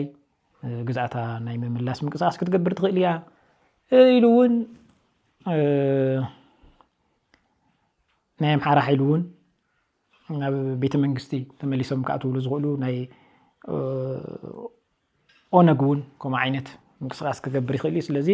ተዓዲ ናብ ገዚፍ ኩናት ሒዞምዎ ካእቱ ከም ዝኽእሉ ኣብይ ኣሕመድ ንምጥቃምን እና ዝኸፍአ ከም ዝኾነን ዓይን ስንፍናን حماقن مخانون مجلس زفتنو لأجباب نيرو كابزي تبجسنا تجراي زخونة تاتوزي يمتص خمس اللو بمردة كابز زخونة تاتوزي تجراي مسر تاوز بهالو حدا كما يعرسا تكلخل كلا ينتقلوا كينات كاب تجراي كما يرحق مثال زي ندحر زي قرو خوينو دما زلاق مواص تقميتو غزيفو دابه حالينا بهراوي روحاتنا انصيرنا ናይ አንፈት ቃልሲያ ነጽርና ጥንኩር ዝኾነ መርሽነት ፈጢራ ኒ ዝመጽ ነገር ንምምካት ይኹን ፖለቲካዊ ድርድር ንምግባር ይኹን ምስ ምዕራባውያን እውን ሓቢራ ክትሰርሕሉ እትኽእል ዕድል ካብ ሕዚ እዩ ክቕመጥ ዝግባእ ምክንያቱም ናይ ኣብይ መንግስቲ ብዙሕ ግዜ ኩናት ሓሲብካሉ مخير كالو تدالي كالو بوليتيكا علامة نصير كالو بهرا واحد النت فتير كالو بناء على خامن جدي كتك على سن كلخان نسخة كي تدالخا كي حسب كايو تبتاتين كان هالخا በትናያሱ ናቱ ዓላማ ናብ ኩናት ከእትወካ እንከሎ ሓደግኡ ኣዝዩ ገዚፍን ምብትታን ከምጽእ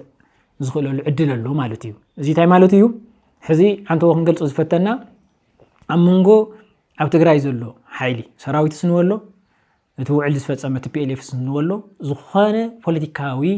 ምስ ፌደራል መንግስቲ ፖለቲካዊ ወግዒ የለን ማለት ተብ ትግራይ ዘሎ ሓይሊ ተደፊኡ ኩናት ንኽጅምር ናይ ኣብይ ኣሕመድ መንግስቲ ታክቲክ እዩ ዝጥቀመሉ ዘሎ ስልቲ እዩ ምክንያቱም ሕዚ ሓደ ተደጋጋሚ ንትግራይ ከምቲ ናይ ቅድሚ ሕዚ ኣብ 3 ወርሒ ክውድ ኣብ 3 ሰሙን ክውድ ኣብ 3 መዓልቲ ክውድ ኢሉ ከቀርብ እንከሎ ብምዕራባውያን ዝቀርበሉ ማለት ዝነበሮ ድጋፍ ሕዚ የለን ናብ ትግራይ ይኹን ናብ ኤርትራ ይኹን ዝገብሩ ኩናት ሓደገኛ ምዃኑን እዚ ዞባይ ሕምስ ከም ዘሎን ተደጋጋሚ ምዕፅንታን መጠንቀቕታን ናተዋሃቦ ፀንሑ እዩ ካብዚ ብምብጋስ ዋላ ከምኡ ዓይነት ምሕፅንታን መጠንቀቕታን እንተሃለወ ክገብረለኒ ኣብ ውሽጢ ትግራይ ኣካል ኢትዮጵያ ስለ ዝኾነት ስርዓትን ሕግን ናይ ምኽባር መሰለለኒ ኢሉ ኩናት ናይ ምኽፋት ሸውሃቱ ከም ዘሎ ኮይኑ ምንቅስቃሱ ከም ዘሎ ኮይኑ ነገር ግን ተደጋጋሚ በርዒን እዩ ብሓደን ብክልተን ምኽንያት ንኣብነት ስኡልኳ ብቐሊልሲ ብዝሓለፈ ናይ ፋኖ ኣብ ወሎ ዝነበረ ሰፊሕ መጥቃዕቲ ፋኖ ክፍጽመሉ እንከሎ ቅድሚ ተወሰነ መዓልቲ ነቲ ናይ ኣምሓራ ክልል ጸጥታ ኣካላትን ፕሬዚዳንትን ኣኪቦም ናይ ሰራዊት መራሕቲ ሰራዊት ተውዚ ዘሎ ከነልዕሎ ኢና ናብ ካሊእ ግዳጅ ከባቢኹም ባዕልኹም ሓሉ ዝብል ነይሩ ያው ንሱ ከይኮነ ተሪፉ ፋኖ ጸረ መጥቃዕቲ ፈጺሙ ብዙሕ ናይ ኢትዮጵያ ሰራዊት ኪሳራ ገጢምዎ ምስ ኣጽዋሩን ብታሪክ እንዲያም ርኢና ዘይንፈልጥ ሽዑ እንዲያምንስ ናይ ትግራይ ሰራዊት ይኹን ናይ ኤርትራ መንግስቲ ክሲ ብዕሊ ናይ ወፃኢ ጉዳይ ኢትዮጵያ ኣቕሪቡ ምንዋሩ ዝዝከር እዩ ቀፂሉ እውን ምስ ናይ ሓራ መሬት ዘሎ ምንቅስቃስ ብዝሓለፈ ኣብ መንጎ ተጋሩ ተፈጢሩ ዝነበረ ግጭት ብግልፂ ብዕሊ ዝተነገረታ እዩ ነይሩ ኩነታት ምስ ተፈጠረ ናይ ኢትዮጵያ ሰራዊት ናፍቲ ኩናት ኢሉ ከእቱ ኣብኡ ከሎ ኦፊሻል ክጅመር እዩ ነይሩ እቲ መደብ እዚ እውን ዝፈሸለ ብሓደ ምክልተን ምክንያት ፈሽለ ኣሎ ብዕሊ እውን ካብቶም ኣዘዝቲ ናይ ሓራ መሬት ተንኩስና ናብ ዓፋር ከኣቱ ጌርና ፕሪቶሪያ ክፈርስ ምግባርና ዓብይ ዓወት እዩ ኢሎም ምንዋሎም ይዝከር እዩ እዚ ታይ ማለት እዩ ናይ ኢትዮጵያ መንግስቲ ናይ ትግራይ ሓይሊ ኩናት ከፊቱለይ ናብ ዓፋር ዘሊቆ ኣትዩ ወይ ከዓ ፕሪቶሪያ ኣፍሪሱ ኢሉ ውግእ ንምኽፋት ሰፊሕ ምድላው ነይርዎ እዩ ያው ዘይቀፀለሉ ናይ ድሮን ጥቃዕት እውን ፈፂሙ እዩ ትሽዑ እዋን ተነጊሩ ነይሩ ብሓደ ምክልተን ምክንያት ግን በቲ ንሱ ዝደልዮ ኮይኑ ስለ ዘይተረኸበ እቲ ናብ ትግራይ ክኸፍት ሓሲቡ ዝነበረ ኩናት ተጠወቢልዎ እዩ ተጠወቢልዎ ማለት ግን ሕዚ ኩናት ናብ ትግራይ ኣይመፅን ማለት ኣይኮነን ናይ ኤርትራ ጉዳይ ክውድእ እንተኮይኑ ናይ ትግራይ ጉዳይ ክውድእ ኣለዎ ናይ ትግራይ ጉዳይ ድማ ብፖለቲካ ድርድር ናይ ምውዳእ ድሌትን ባህግን የብሉን ብሰላም ናይ ምውዳእ ድሌት የብሉን ስለዚ ንትግራይ ኣጽኒቱ ኣዳኺሙ ብቐጥታ ናብ ኤርትራ ናይ ምምራሕ እዩ ሕዚ ትግራይ ዘሎ ሓይሊ ድማ ትግራይ ዘሎ ሰራዊት ድማ ትግራይ ዘሎ መንግስቲ ድማ ብዕሊ ፖለቲካዊ ድርድር ምስ መንግስቲ ኢትዮጵያ ዘይገብር እንተዳ ኮይኑ خالي أماراتي كم مدينة عدو يوعل أزيد ما تحدى بهاجيناي أبييو بأبي تجددنا يكوننا نكلم من مارس خنا نزلنا تجارو أبي كله برس لزعت أولنا يكوننا كندا نزلنا بصورة تجارو زلاق مواسع يدلنا نحن حسب زلنا حزون أبي أحمد بوليتيكاو دريدر كم زي جبر ندادي بمعصاو بجت بمعصاو تجراي قد سالق قوس بمفتار أو تجراي زفتر تميت نبوليتيكا مسارحي بمتقام حزب تجراي كاو جزء كام مربطون أسديدون تبقى بتميتون بموتون زلاق زلنا فيدرال منغستي كاوزي تبقيسنا ወይም ድማ መዋጽእ ከልኪሉና እዩ ኢልና ኣይኮናን ሓደግ በደጊሉ ትግራይ ናብ ዝኾነ ነገር ካኣቱ ዝግባእ ስለዚ ሕዚ ትግራይ ብስሩ ስትራቴጂካሊ ምሕሳብ የድሊ እዩ ስትራቴጂካሊ መዋጽእ ምድላይ የድሊ ምክንያቱም ተጋሩ ትሕዚ ኣብዚ ዞባ ዘሎ ኣሰላልፋ ሕዚ ኣብዚ ዞባ ዘሎ ፖለቲካዊ ባህጊ ኣብዚ ዞባ ናይ ምዕራባውያን ባህጊ ተጋሩ ኣለና ንብሎ እንታይ ሒዝና ኢና ምስ መን እንታይ ክንሰርሕ ንኽእል ምፍላጥን ዓላማ ምንጻርን ገዚፍ ውዳበ ምፍጣርን የድሊ እዚ ሕዚ ናይ ኣብይ መንግስቲ በጀት ስለ ዝኸልከለና ነዳዲ ስለ ዝኸልከለና ካብ ዝብል ወፂና ኦቨርኦል ምስ ኢትዮጵያ ዘለና ርክብ ታይ እዩ ታይ ክመስል ኣለዎ ቀፂሉ ምስ ኤርትራ ይኹን ኣብ ኢትዮጵያ ውሽጢ ዝንቀሳቐሱ ሓይልታት ርክብና ታይ ክመስል ኣለዎ ሰላማዊ ርክብና ከመይ ክጉልብት ኣለዎ ናይ ሓበራዊ ሓደጋ ከመይ ንከላኸል ኩናት ንሓደን መወዳእቱን ካብ ትግራይን ካብ ከባቢናን ከመይ ነርሕቕ ትግራይን ኤርትራን እስክሳዕ ሕዚ ዝተፈጠሩ ጎንፅታት ተፈቲሖም ብጉርብትና ህዝቢ ብሰላም ዝነብረሉ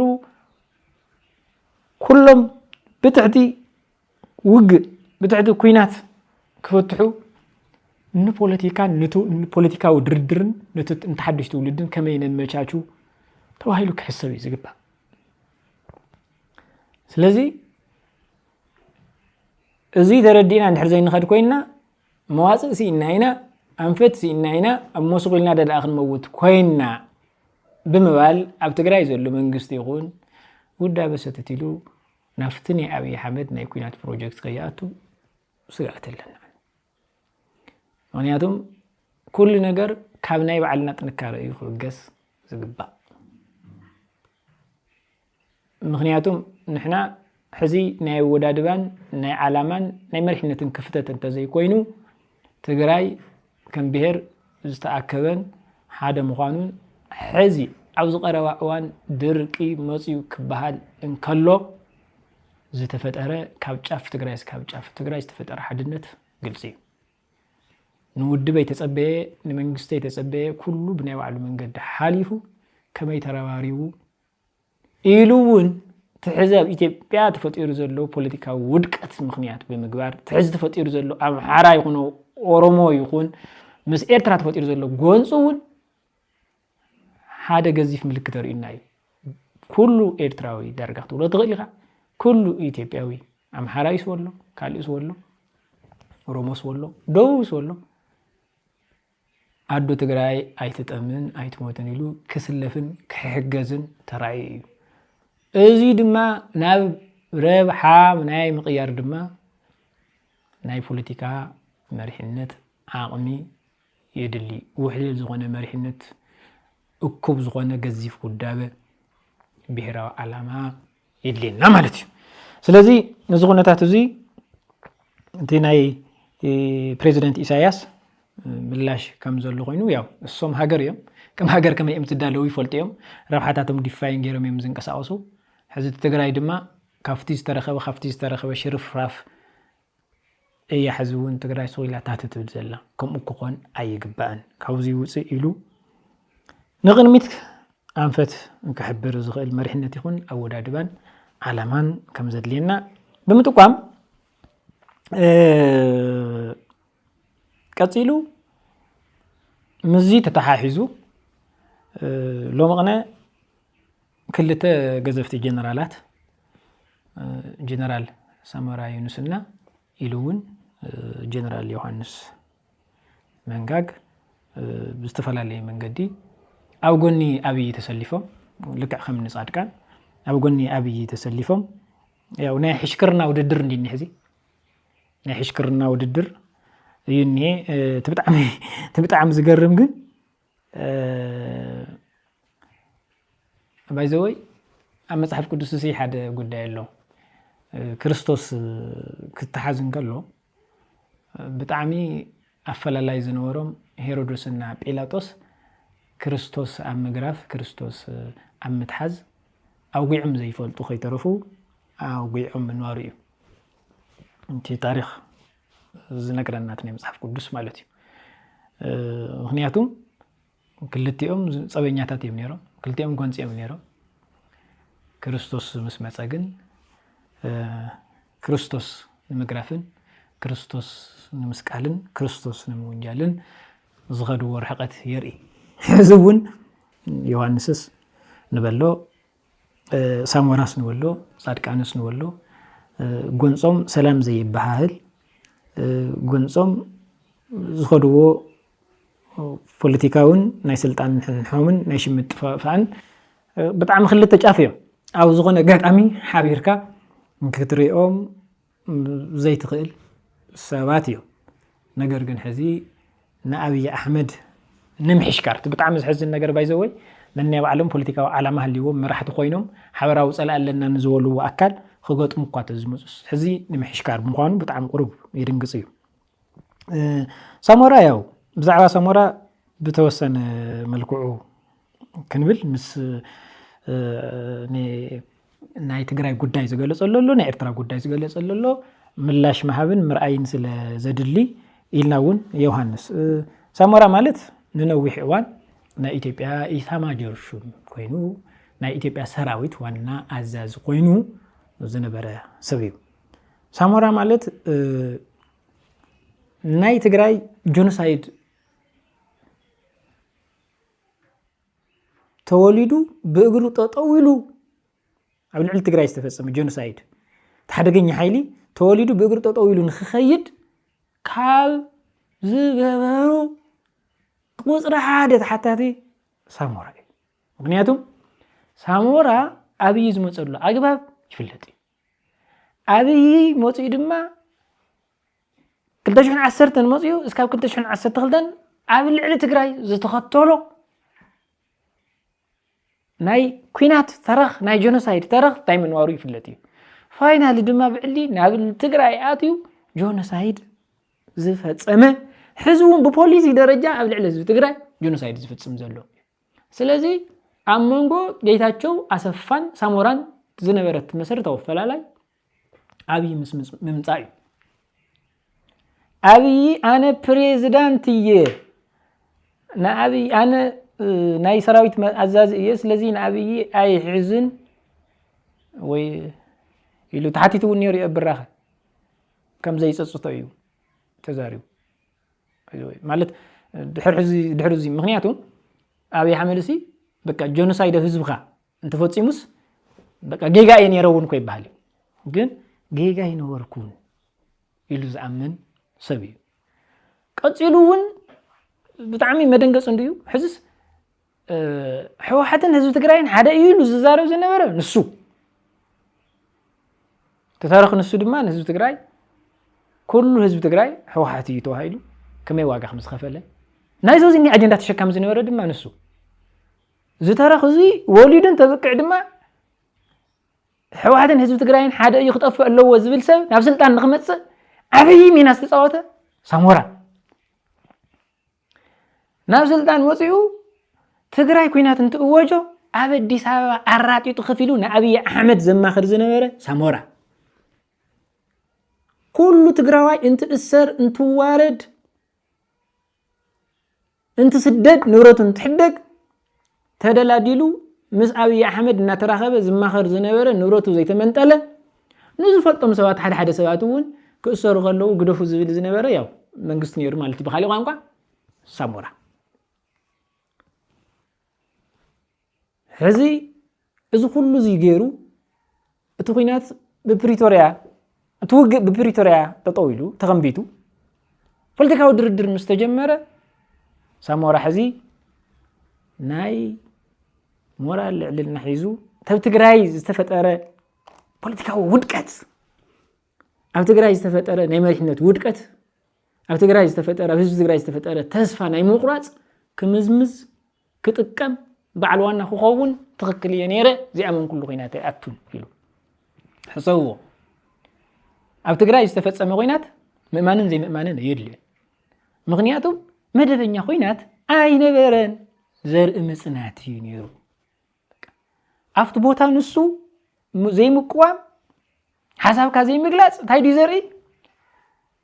ኣካል ብልጽግና ተኾንካ ጥራሕኻ እዚ ዘይትገብር ሳሞራ ኣካል ብልጽግና ኮይኑ ንቅድሚት ከይወፀ ብድሕሪት ኮይኑ ይመክርን ይዝክርን ዝነበረ ጆኖሳይድ ኣብ ልዕሊ ህዝቢ ትግራይ ጆኖሳይድ ብእግሪ ጠጠው ኢሉ ክኸይድ ኣብይ ኣሕመድ ናብ 4 ኪሎ ከኣቱ ተዓብይ ኣስተዋጽኦ ዘበርከተ ኢሉ እውን ትኹይናት ክመጽእ ከሎ ትኹይናት ምስ መጸ እውን ዘማኽር ዝነበረ ሓንቲ ኣፍ እኳ ብሕሚ ኢሉ ኣብ ልዕሊ ህዝቢ ትግራይ ዝኩሉ ክፍጸም ዘይተዛረበ ጀነራል ሕዚ ትግራይ ኣያ ምሳኣነ መሪሕነት ትግራይ በዚ ልክዕ እዚ ወዲቑ ናብ ጨቃ ምስተረግረገ ሳሞራ ሞራለልን ጥራይ ይኹንኩን ትኽክል ነይረ እየ ክብል እዩ ዝንቀሳቐስ ዘሎ ካልእ ናይ ሳሞራ ብጣዕሚ መደንገፂ ዝገብሮ ሕዚ ትግራይ ግዝኣት ክምለስ ድሌት የብሉን ትግራይ ግዝኣተይ ኣይተመለሰን ኢሉ ተወዲኡ ክቃለስ ድሌት የብሉን ትግራይ ሰራዊት ክህልዋ ድሌት የብሉን ተመዛበልቲ ናብ ምዕራብ ትግራይ ኣትዮም ግዝኣታ ክምለስ ትግራይ ድሌት የብሉን ብግልጽ እውን ኣብ ትግራይ ዘሎ መሪሕነት ወዲ ወረደስ ይኹን ደብረጽዮንስ ተደራዲሩ ዕርቂ ፈጢሩ ምስ ኣብይ ክቅጽል ድሌት የብሉን ሳሞራ ምክንያቱ ሁሉ ነገር ዝርኢ ዘሎ ሳሞራ ኣብዚ ጀቕጀቕ እዚ ስለ ዝኣተወ ሳሞራ ኣብዚ ናይ ህዝቢ ትግራይ ናይ ምንጻት ኢዱ ስለ ዘእተወ ሕዚ ነፃ ንኽወፅእ ሳሞራ እንታይ ክገብር ኣለዎ ኣብ ትግራይ ዘሎ ሓይሊ ሙሉእ ብሙሉእ ክሰዓር ኣለዎ ሳሞራ ነፃ ክወፅእ ኮይኑ ግዝኣት ትግራይ ተቆሪሱ ክጠፍእ ኣለዎ ሰራዊት ክብተን ኣለዎ ብድሕሪኡ ሳሞራ እንታይ ክብል እዩ ዝደሊ ይኸው ተዋጊኦም ደኣ ኣጥፊኦም ምኻ እንዳዮም ግዝኣትካ እንዳእመ ምጥኢሎም ምኻ ሳሞራ ኣብ ኣደባባይ መቐለ ተረጋጊኡ ብእግሩ ክኸይድ ስለ ዘይኽእል ንሱ ንምምጻእ ሕዚ ትግራይ ክትሰዓር እዩ ድሌቱ እዚ ብጣዕሚ ዝገርም ናይ ጀነራል ሳሞራ ሕዚ ምስ ግዝኣት ተለዓዒሉ ምስ ሰራዊት ትግራይ ምስ ተመዛበልቲ ምምላስ ምስ መረፃ ኢሉ እውን ምስ ውግእ ተተሓሒዙ ዘልዕሎ ምስ ኤርትራ ዘሎ ርክብ ተሓሒዙ ዘሎ ዘልዕሎ ነጥብታት ኣለዉ ሓደ ሳሞራ ግዝኣት ተመለሰ ይተመለሰ ተመዛበልቲ ናፍቲ ቦታኦም ክኣትዉ ኣለዎም ይብል እዚ ዝገርም እዩ ምክንያቱም ተመዛበላይ እኮ ካብ ገዝኡ ዝተመንጠለ ትግራይ ግዝኣታ ስለ ዝተመንጠለት እዩ ካብ ገዝኡ ዝተሰጎገ ትግራዋይ ስለ ዝኾነ እዩ ካብ ምዕራብ ትግራይ ዝተባረረሲ ምዕራብ ትግራይ ተቆሪሱ ካሊእ ሓይሊ ዓማፃ ሓይሊ ወራራ ሓይሊ ብልጽግና ዝበሃል ሓይሊ የማሓድሮ ስለ ዘሎ እዩ ስለዚ ተውኒ ናብ ገዝኡ ክምለስ ዝኽእል ናብ መረበቱ ክምለስ ዝኽእል ብመንነቱ ምክንያት ዝተነቐለ ትግራዋይ ስለ ዝኾነ እዩ እንታይ ዝብል ዘሎ ትግራዋይነቱ ሓፂኡ ከምቲ ንሶም ዝብልዎ ዘለው ይመለስ ዲ ዝብሎ ዘሎ ሕዚ ትግዝኣት ተመለሰ ይተመለሰ ትግዝኣት እኮ ኦልሬዲ ኣብ ትሕቲ ናይ ኣምሓራ ብልጽግና እዩ ዝርከብ ኣብይ ኣሕመድ ንኣምሓራ ክልል ብውክልና እንትወን ከሎ እቲ ዞባ ዘመሓድር ድማ ናይ ኣምሓራ ክልል ጥራይ ዘይኮነስ ናይ ብልጽግና ማእኸላይ ኮሚቴ ዝኾነ እዩ ዘመሓድሮ ዘሎ ስለዚ ግዝኣት ክምለስ አንቶ ግዝኣት ክምለስ ድሌት የብሉን ግዝኣት እንተተመሊሱማ ትግራይ ክትረጋግያ ትግራይ እንተተረጋግያ ድማ አንተ ሓዲ ክበሃል ይሱ ትግራይ ብዝተወሰነ መንገድ ተተሲያ አንተ ሓዲ ስለ ዝባሃል ማለት እዩ ቀፂሉ ብትኻሊእ ብጣዕሚ ዝገርም ነገር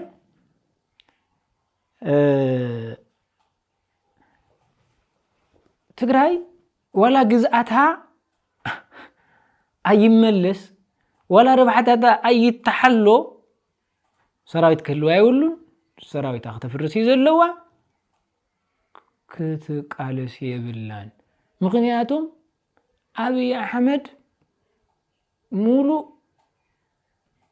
ወታደራዊ ዕጥቂ ስለ ዝተዓጠቐ ዓቕሚ ስለ ዘለዎ ኩናት እንተገጢምኩም እውን ክትሰዓሩ ኢኹም ዝብል መልእኽቲ እዩ መሓላሊፉ እዚ ባይዘወይ እዚስ ወታደር እዩ ናይ TPLF ወታደር እዩ ነይሩ TPLF ቃልሲ ክጅምር እንከሎ ካብ ብቁፅሩ ብጣዕሚ ውሕድ 10 ኮይኑ ዶ ገለሉ ኮይኑ እዩ ጀሚሩ ከምኡ እናበለ እዩ TPLF ተሓደ ዘዕወቶ ከውዝ ነይሩ ህዝባዊ ዓላማ ነይሩ ስለዚ ከውዝ እንታሊካ ህዝባዊ ዓላማ እንታሊካ ናይ ግዘ ጉዳይ እምበር ተቃዲስካ ከም እትስዕር ግልጽ እዩ እዚ ግን አብይ አሕመድ ኣብ ፓርላማ ቀሪቡ እንደ ድሮ እንዳይመስላችሁ በተደጋጋሚ ዝባሃል ዘሎ እዩ እስካብ ፍንጩ ተዓጢቁ እዩ ከምዚ ዝመሰላ ድሮናት ኣለወን ከምዚ ዝበለ ዕጥቅን ነይዎ لما ፍሪስኩም ክሓድር እዩ ከምዚ ክገብረኩም እዩ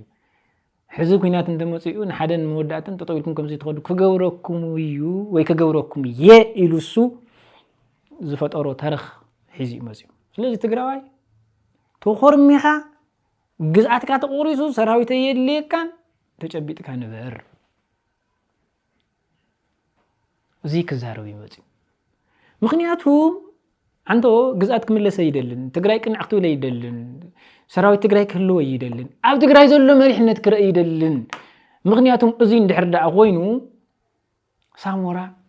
ካሓዲ እዩ ስለዚ ሳሞራ ካሓዲ ይባሃል ፀጉዕ ብልጽግና ገይሩ ምስ ብልጽግና ተሰሊፉ ስለዚ ነበረ ብልጽግና ክስዕር እዩ ዝቃለስ ዘሎ ወዲ ወረደ ተሰዒሩ ምስ ወዲ ወረደ ተሰልፉ አካላት ተሰዒሮም ወዲ ወረደ ግዝአት ተመሊሱ ሳሞራ ንዑኡ እቲ ጉዳይ ብልጽግና ምስ ኣብ ትግራይ ዘሎ ሓይሊ ምስ ህወሓት ምስ ካሊ እንኳን ተታሪቁውን ሳሞራ ድልየት ይውልን እዚውን ክመጽእ ምክንያቱ ዕርቅ እንተገይሩ ብልጽግና እውን ሓቢሩ ዝሰርሕ ምስ ናይ ትግራይ ሓይሊ ስለዝኾነ ሃለዋቱ ታሪኹ ብምልኡ ምስ ብልጽግና እዩ ተጠወቢሉ ዘሎ ትመሰረታው ጸገም እንታይ ዳ እዩ ብልጽግና ተታረቀውን ሳሞራ ይዕረቅ ከይንብሎ ሳሞራ ኮነ ብልጽግና ይሕሽከርን ይላኣኸን ይነር እምበር ዓርሱ ዝኻለ ብልጽግና ኣይኮነን ባይዘው ዓርሱ ዝኻለ ብልጽግና ምዃን ይሕሽ ካብ ብልጽግና ምሕሽከር ስለዚ ሳሞራ ቅንዒሉ ክኸድ እንተኮይኑ ኣነ ስለዘይ ተሳተፍኩ ወይ ንሳቶም ከምዚ ገይሮም ናብ ኩናት እትየምኹም ይዝብል ዘሎ መሬትካ ክትመንጠል ገይሮምኻ ምክንያቱም ሓደ ህዝቢ ግዝኣቱን ተተመንጢሉ እንተወዲቁ እንተተሰይሩ እቲ ጀኖሳይድ ዝፈጽሙ ኣካል ሙጽኢ እንተመሓዲርዎ ድሕሪ ሞራል እውን የብሉ ተሰበረ ስለዚ ሳሞራ ታሪኹ ክዕሪ ምስ ብልጽግና ኮይኑ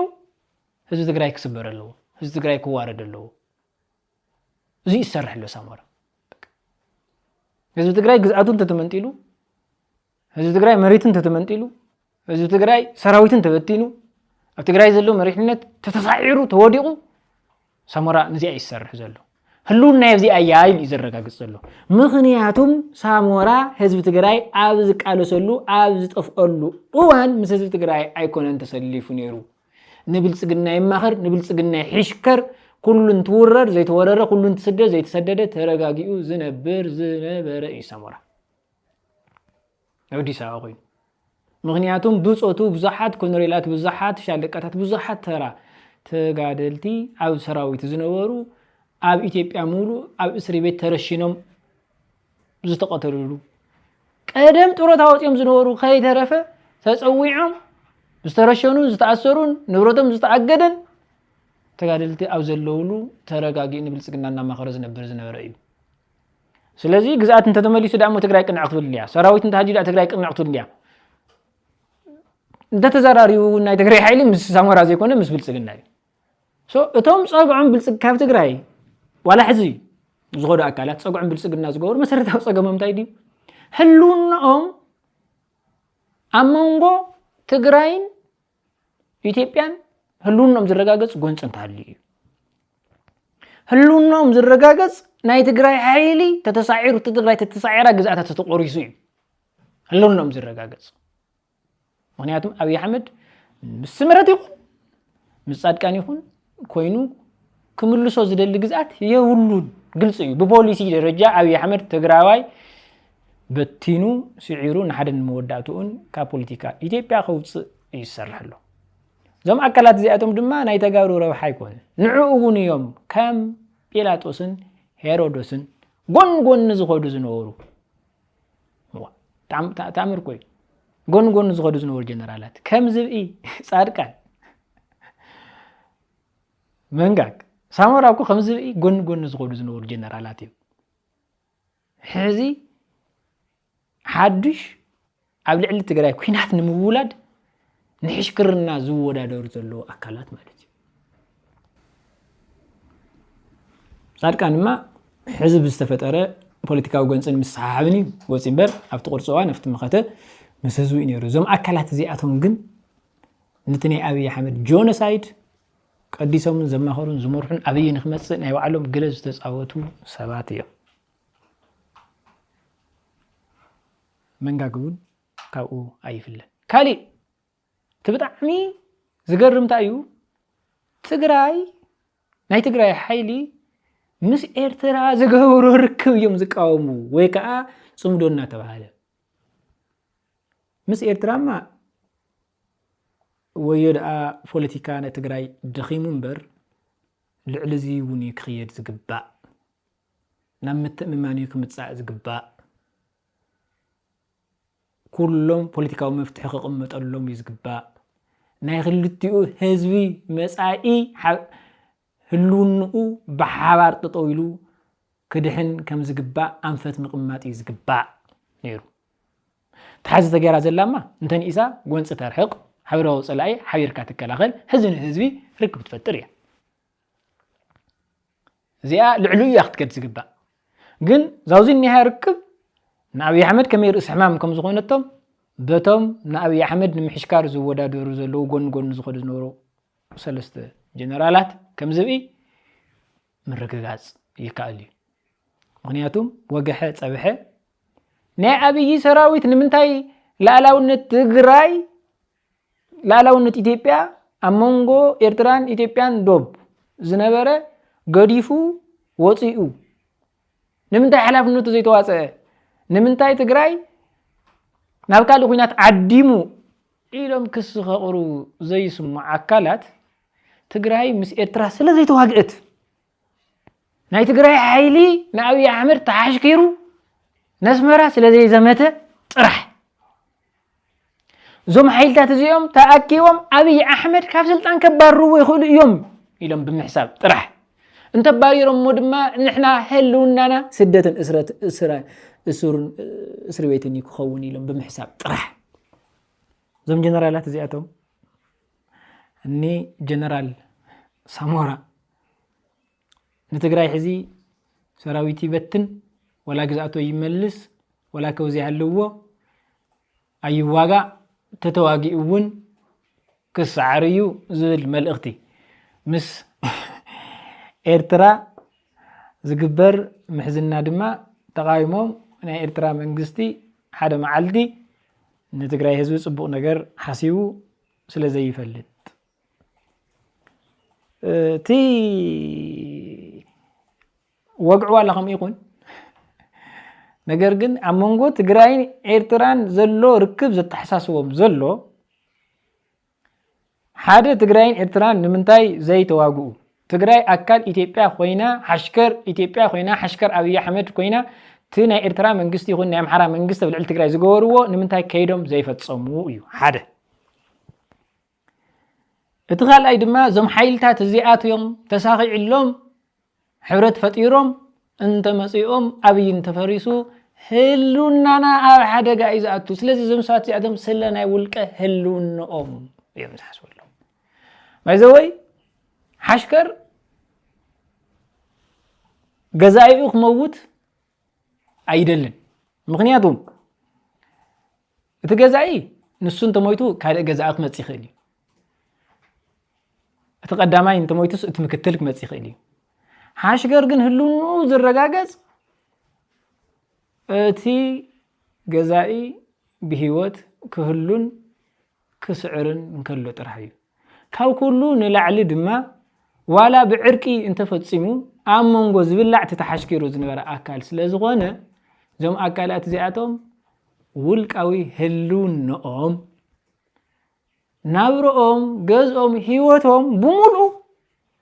ምስ ብልጽግና ስለ ዘተሓሕዝዎ እዩ በርክ ሓቱ እንድሕር ኮይኖም ንምንታይ ናይ ኢትዮጵያ መንግስቲ ትግራይ ናይ ትግራይ ውዕል ፕሪቶሪያ ከይፈጸመ ካልእ ናብ ኤርትራ ንዝመት ትብል ኢሎም ክሓቱ ይግባእ ተመዛበልቲ ክምለሱ ክሓቱ ይግባእ ተው ዘሎ ዘይሕጋዊ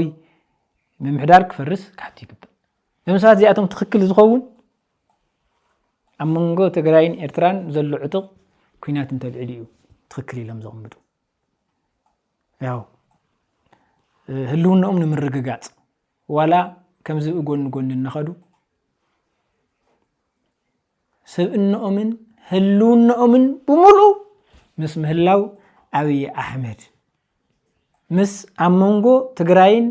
ኢትዮጵያን ዘሎ ጽልኢ መሰረት ገይሮም ስለ ዝነደቕዎ እዩ ዋላ ዕርቅ እንተመፂ ዋላ ምርድዳእ እንተመፂ ኣብ ትግራይ ዘሎ ሓይሊ ተረዳዲኡ መንግስትነቱ ይቀጽል ተዋሂሉ ሰነድን ተተዋሂቦ ትውድብ አውዚ ዘሎ ሰራዊት ይቀጽል ተተዋሂሉ ዞም አካላት እዚኣቶም ኣብ መንጎ ንብላዕ ኢና ኢሎም ይምዛሕሱ ስለዚ ንነውሶም ክብሉ ህዝቢ ትግራይ ከም ድላይ ይበተነ የእቶም መርአዮም እዚ እዩ እቲ ካልእ ብጣዕሚ ዝገርም ኣብ መወዳእታ ልዕልና እዩ ክንከይድ ኣብ ትግራይ ፖለቲካዊ ውድቀት ጥራይ ኾነን ገጢሙና እኮ ብቃላት ዘይግለጽ ውድቀት ይገጢሙና እኒ ስለዚ ክልተ መማርጽ ኣሎ TPLF ወይ ዕሪ ወይ ከዓ ንTPLF ክትክእ ዝኽእል ሓይሊ ተቃሊስካ ትፈጥር እዩ ትመሰረታዊ ጉዳይ እዩ ክትቃለስ እንከለኻ ወይ TPLF ካልእ መማርጽ የብለይን ኢሉ ክዕሪ እዩ ወይ ከዓ ንTPLF ክስዕር ዝኽእል ሓይሊ ክትፈጥር እዩ ዘለካ ስለዚ ንTPLF ንምቅላስ ምስ አብይ አሕመድ ምስላፍ ኣየድልየካን እዚ ሓሶት እዩ ምጭብርባር እዩ ምክንያቱም ካልእ መንገዲ ኣለካ ክትቃለስ ትኽእል ኢኻ ምክንያቱም ካብ አብይ አሕመድ ንዓቀብ ጸላኢ ህዝቢ ትግራይ የለም ብፖሊሲ ደረጃ ህዝብ ጭቡጥ ዘር ምጽናት ይቅጽል ኣሎ ኣብ ልዕሊ ህዝቢ ትግራይ ካብ ቦታ ናብ ቦታ ትግራዋይ ከይንቀሳቀስ ተከዘ ዘቢሉ ክላሽ ሒዙ ሰብ ናብ ገዝኡ ከይኸይድ ኣብ ገዝኡ ከይነብር ኣብ መረበቱ ከይነብር መንነቱ መንጢሉ ተጋሩ የሳድድ ኣሎ አብይ አሕመድ ከመይ ጌርካ ኣብዚ አብይ አሕመድ ኮይንካ ናይ ትግራይ ሓይሊ ክትቀይር ትሓስብ ከመይ ጌርካ ኢኻ ምስ አብይ አሕመድ ኮይንካስ ንሕወሓት ተቃሊሰ ትግራይ ነፃ ከውፅእ እየ ትብል ከመይ ጌርካ ምክንያቱም አብይ አሕመድ ማለት ህዝቡን ትግራዋይ ክሕሽከሮ እምበር ትግራዋይ ኮይኑ ክነብር ዘይፈቅድ መረጋገፂ ካባኻትኩም ንዓቐብ ካብኒ ሳሞራ ንዓቐብ መረጋገፂ ዘሎ ኣይመስለንን ምክንያቱም ሳሞራ ማለትስ በጣም ግዙፍ ናይ ተዓዲ ናይ ሰራዊት አዛዚ ዝነበረ ተኸቢሩ ዝነብር ዝነበረ ሰብ ሕዚ ናይ ሓደ ጆኖሳይደር መዋለድ ኮይኑ ተለኣኣኹ ኮይኑ ትግራይ ታሪኻን ግዝኣታን ተቆሪሱ ንኽትቀሪ ብዝኾነ ኣጋጣሚ ምስ መረፃ ክንመርፅ ኣለና ይብል ኣብ ምንታይ ኮይኑ እዩ ትግራይ ክመርፅ በቃ ዝኾነ ነገር ይሃሉ እምበር ሰራዊት ክህሉ ትግራይ ኣየድልን ግዝኣት ቀሲሉ ይመፅእ ከምዚ ዝበለ ተለኣኣኽነት ከምዚ ዝበለ ውርደት የለን እዚ ናይኒ ሳሞራ ሕመቕ ንምሽፍፋን ኣብ ትግራይ ዘሎ ፖለቲካዊ ውድቀት ምልዓል ኣየድልዮን ልክዕ እዩ ትግራይ ኣብዚ ብርክ እዚ ንኽትወድቕ ትግራይ ኣብዚ ንኽትርከብ ኣብ ትግራይ ዘሎ ውዳበ ሓይሊ እዩ ቁፅሪ ሓደ ተሓታቲ ምንም ሕቶ የብሉን እዚ ውድቀት እዚ ሽካ እዚ ፖለቲካዊ ውድቀት እዚ ስለዚ ኣብ ትግራይ ዘሎ ፖለቲካዊ ውድቀት እዚ ክትዕርዮን ክትሕክሞን እንተደሊኻ ዓርስኻ ኢልካ ተወዲብካ እንተሰፍቲ TPLF ዝበሃል ውድብ ኣቲኻ ወንተስ ካብኡ ዝሐሸ ውድብ ክትፈጥሮ ትግራይ ኮይንካ ትቃልስ እምበር ከመይ ጌርካ ምስ አብይ አሕመድ ኮይንካ ትቃልስ ምስ አብይ አሕመድ ተሰሊፍካስ ትግራይ ምስ ኤርትራ ሓዊሩ ኣይስራሕ ክትብል ካበይ ተምፅኦት ሞራል ካበይ ከምፅኻ ክትኸስስ ከመይ ጌርካ ትኸስስ ስለዚ ሕዚ ናይኒ ጀነራል ሳሞራ ዝወዱ ይመስለኒ በቃ ናይ መወዳእቶም ድሕሪ ሕዚ ክዛረቡ እዮም ኢለ ኣይሓስብን ሳሞራ ድሕሪ ሕዚ ይዛረብ ኢለ ኣይሓስብን ጆን መንጋግ ድሕሪ ሕዚ ክዛረብ ኢለ ኣይሓስብን እዞም ሰባት እዚኣቶም ዓልካደርካ ዝበሃሉ እውን እኮ ይመስለኒ ምክንያቱም ሽሞም ክጠፋፍኡ እንከለው ገሊኦም ብመፅሓፍ እውን ተሓደ ዝገለጸሉ ማለት ዮሐንስ መንጋግ ጻድቃን ክገልጾ እንከሎ ብዘስክፍ መንገዲ ዝገልጾ ከም ጀነራል እውን ኣይቆጥሩ ስለዚ መርአዮም ኢሉ እውን ምስኒ ወዲ ወረደን ኣብ ትግራይ ዘለው ኣዘዝቲ ሰራዊትን ዘለዎም ንሕን ምስሓሓብን ግልጽ እዩ ሕዚ ትማል ንጎ ምስ ብልጽግና ተሰሊፎም ስለ ዝነበሩ ኣብ ትግራይ ዝተሰለፉ ሰባት ትግራይ እንተ ሓውያ ትግራይ እንተ ስዒራ ቅንዕ ኢሎም ስለ ዝኸዱ እቲኣቶም ቦታ ስለ ዝስእኑ ናይ ሞራል ልዕልና ለና ኢሎም ክመፁ ተኾይኖም ብልጽግና ክስዕር ኣለዎ ትግራዋይ እውን ክጸንት ኣለዎ ግዛኣቱ እውን ክምጠል ኣለዎ እነዚኦም ተሰሊፎም ዝሰርሑ ኣለዎ ሳሞራ ነዚኡ ዘግልግል ዘሎ መንጋግ ነዚኡ ዘግልግል ዘሎ ናይ ትግራይ ስዕረት ንኽዋልድ እዩ ኣብ መወዳእታ ሓደ ብጣዕሚ ዝገረመኒ ናይ ኣብይ መንግስቲ ኩናት ኣይደልን ኩናት ክደል ተዝደሊ ነይሩ እዚ 3 ወርሒ እዚ ማለት 3 ዓመት እዚ እኮ ሱቅ ይመበልን ማእተው ነይሩ ማለት ብርሃኑ ጁላ እውን ከም ኢለ ይዛረብ ቤዚካሊ ኣና ሓደ ግዜ ሲ ሕሽክርና እውን መጠን ኣለዎ መላኣኽ እውን መጠን ኣለዎ ናይ ኣብይ መንግስቲ ማለት እኮ ኣብዚ 3 ዓመት እዚ ተጋሩ ፕሪቶሪያ ከይፍጸም ተጋሩ ናብ ግዛኣቶም ከይምለሱ ትግራይ ከይትረጋጋ 24 ሰዓት እቲ ናይ ጽንተት ፖሊሲኡ ዘቕጽል ዘሎ ሓይሊ ናይ ኣብይ መንግስቲ ማለት ናይ ኣብይ መንግስቲ ማለት ትግራይን ኤርትራን ናብ ዳግም ኩናት ንምእታው መጀመርያ ምሳይ ተሰለፉ ኢሉ ዝሓተተ ኣይነ ስለፍን ምስተባሃለ ድማ ሰራዊት ኣውፅኡ ክልቲኦም ዓይነታት ናብ ኩናት ንኸኣቱ ሸርሑ ዝኸደ ብዘይ ኩናት ክነብር ዘይኽእል መንግስቲ ናይ ኣብይ መንግስቲ ማለት እዚ መንግስቲ እዚ እዩ ኩናት ኣይደልን ዝብሉ ዘሎ ናይ ኣብይ መንግስቲ ማለት እኮ ብጥይት ቀቲሉ ዘይወድኦ ካብ ገጹ ኣመዛቢሉ ዘይወድኦ ህዝቢ በጀት መንጢሉ ነዳዲ ዓፂዩ ድጎማ ከልኪሉ ብጥሜት ህዝቢ ትግራይ ክረግፍ ጠጠው ኢሉ ዝርኢ ዘሎ ሓይሊ እዩ ትግራይ ውዕል ፕሪቶሪያ ተፈጺሙ ተረጋግዐ መንግስቲ ከይመጽእ ኾነ ኢሉ ውዕል ከይፍጽም 3 ዓመት ግዛኣት ከይምልስ ዝገበረ መንግስቲ ትግራይን ኤርትራን ክዋጋኣለይ እየን ሕድሕደን ኢሉ ሓሲቡ ኣይ ንዋጋኣን ምስ ፋኖ ይኹን ምስ ኤርትራ ምስ ተባሃለ ናብ ትግራይ ኩናት ንምልዓል ርክብ ፈጺሞም ኢሉ ዝኸስስ ዘሎ መንግስቲ እኮ እዩ ሳሞራ ብምንታይ ሞራል ከኣ ናይ ትግራይ ጀነራላት እዮም ኩናት ጽውዕ ኣለዎ ትብል በቃ ማለት ዝኾነ ሰብሲ ጌጎ ኣብ ዝኾነ ቦታ ጠጠው ይብል እንዲ ሳሞራሲ ኣብይ ክመጽእ ተጋጊኻ ብዝሓለፈ ህዝቢ ትግራይን ሕወሓትን ሓደ እዩ ኢልካ ተረኽ ካብቶም ዝፈጠሩ ሓደ ንስኻ ኢኻ ኣብይ ክመጽእ ዝለዓለ ናይ አንበሳት ተራስ ተጻወትካ ንስኻ ኢኻ ኣብይ መጽኡ ኩናት እንትእውጅ ተማኽር ዝነበርካ ተንዳዕዲኻ ትመርሕ ዝነበርካ ንስኻ ኢኻ ካብኡ ድማ ኣይፅፅተንን ዝበልካ ንስኻ ኢኻ ሕዚ ንስኻስ ብምንታይ ሞራል ኢኻ ንወዲ ወረደ ይኹን ንኻልኦት ጀነራላት ክትከሰስ ኣብ ምንታይ ከእዮም ናይ ትግራይ ጀነራላት ናይ ትግራይማ ምዕሩይ ፖለቲካ ተዝህልዎ ምዕሩይ መሪሕነት ተዝህልዎ ዓላማ እንተዝህልዎ ተወደበ እንተዝኾንማ ካብዚ ንዓቐቡ ከከብዚ ይብሉን በቃ ደኺምዎ እኳ ብኩናት ናይ ኣብይ መንግስቲ ብትፈልጉት ተገንጠሉ ኢሎም ዝዛረብ የተማችርሹ ዘለዎ ዓዲ እኮ እዩ ኢትዮጵያ ማለት ኣብ ፓርላማ መጽኡ ከም ቀደም ከይመስለኩም ወይልኹም ኢሉ ዘፈራርሕ ሕዚ እውን ኣብ ናይ ጆኖሳይድ ስምዒት ጠጠው ዝበለ ዘለዎ ኣካል እኮ እዩ ኢትዮጵያ ማለት መራሒ ዘለዎ እኮ እዩ ኢትዮጵያ ማለት نزع أكلو زي كسس كس نايتيبيا منغستي كوينات يدل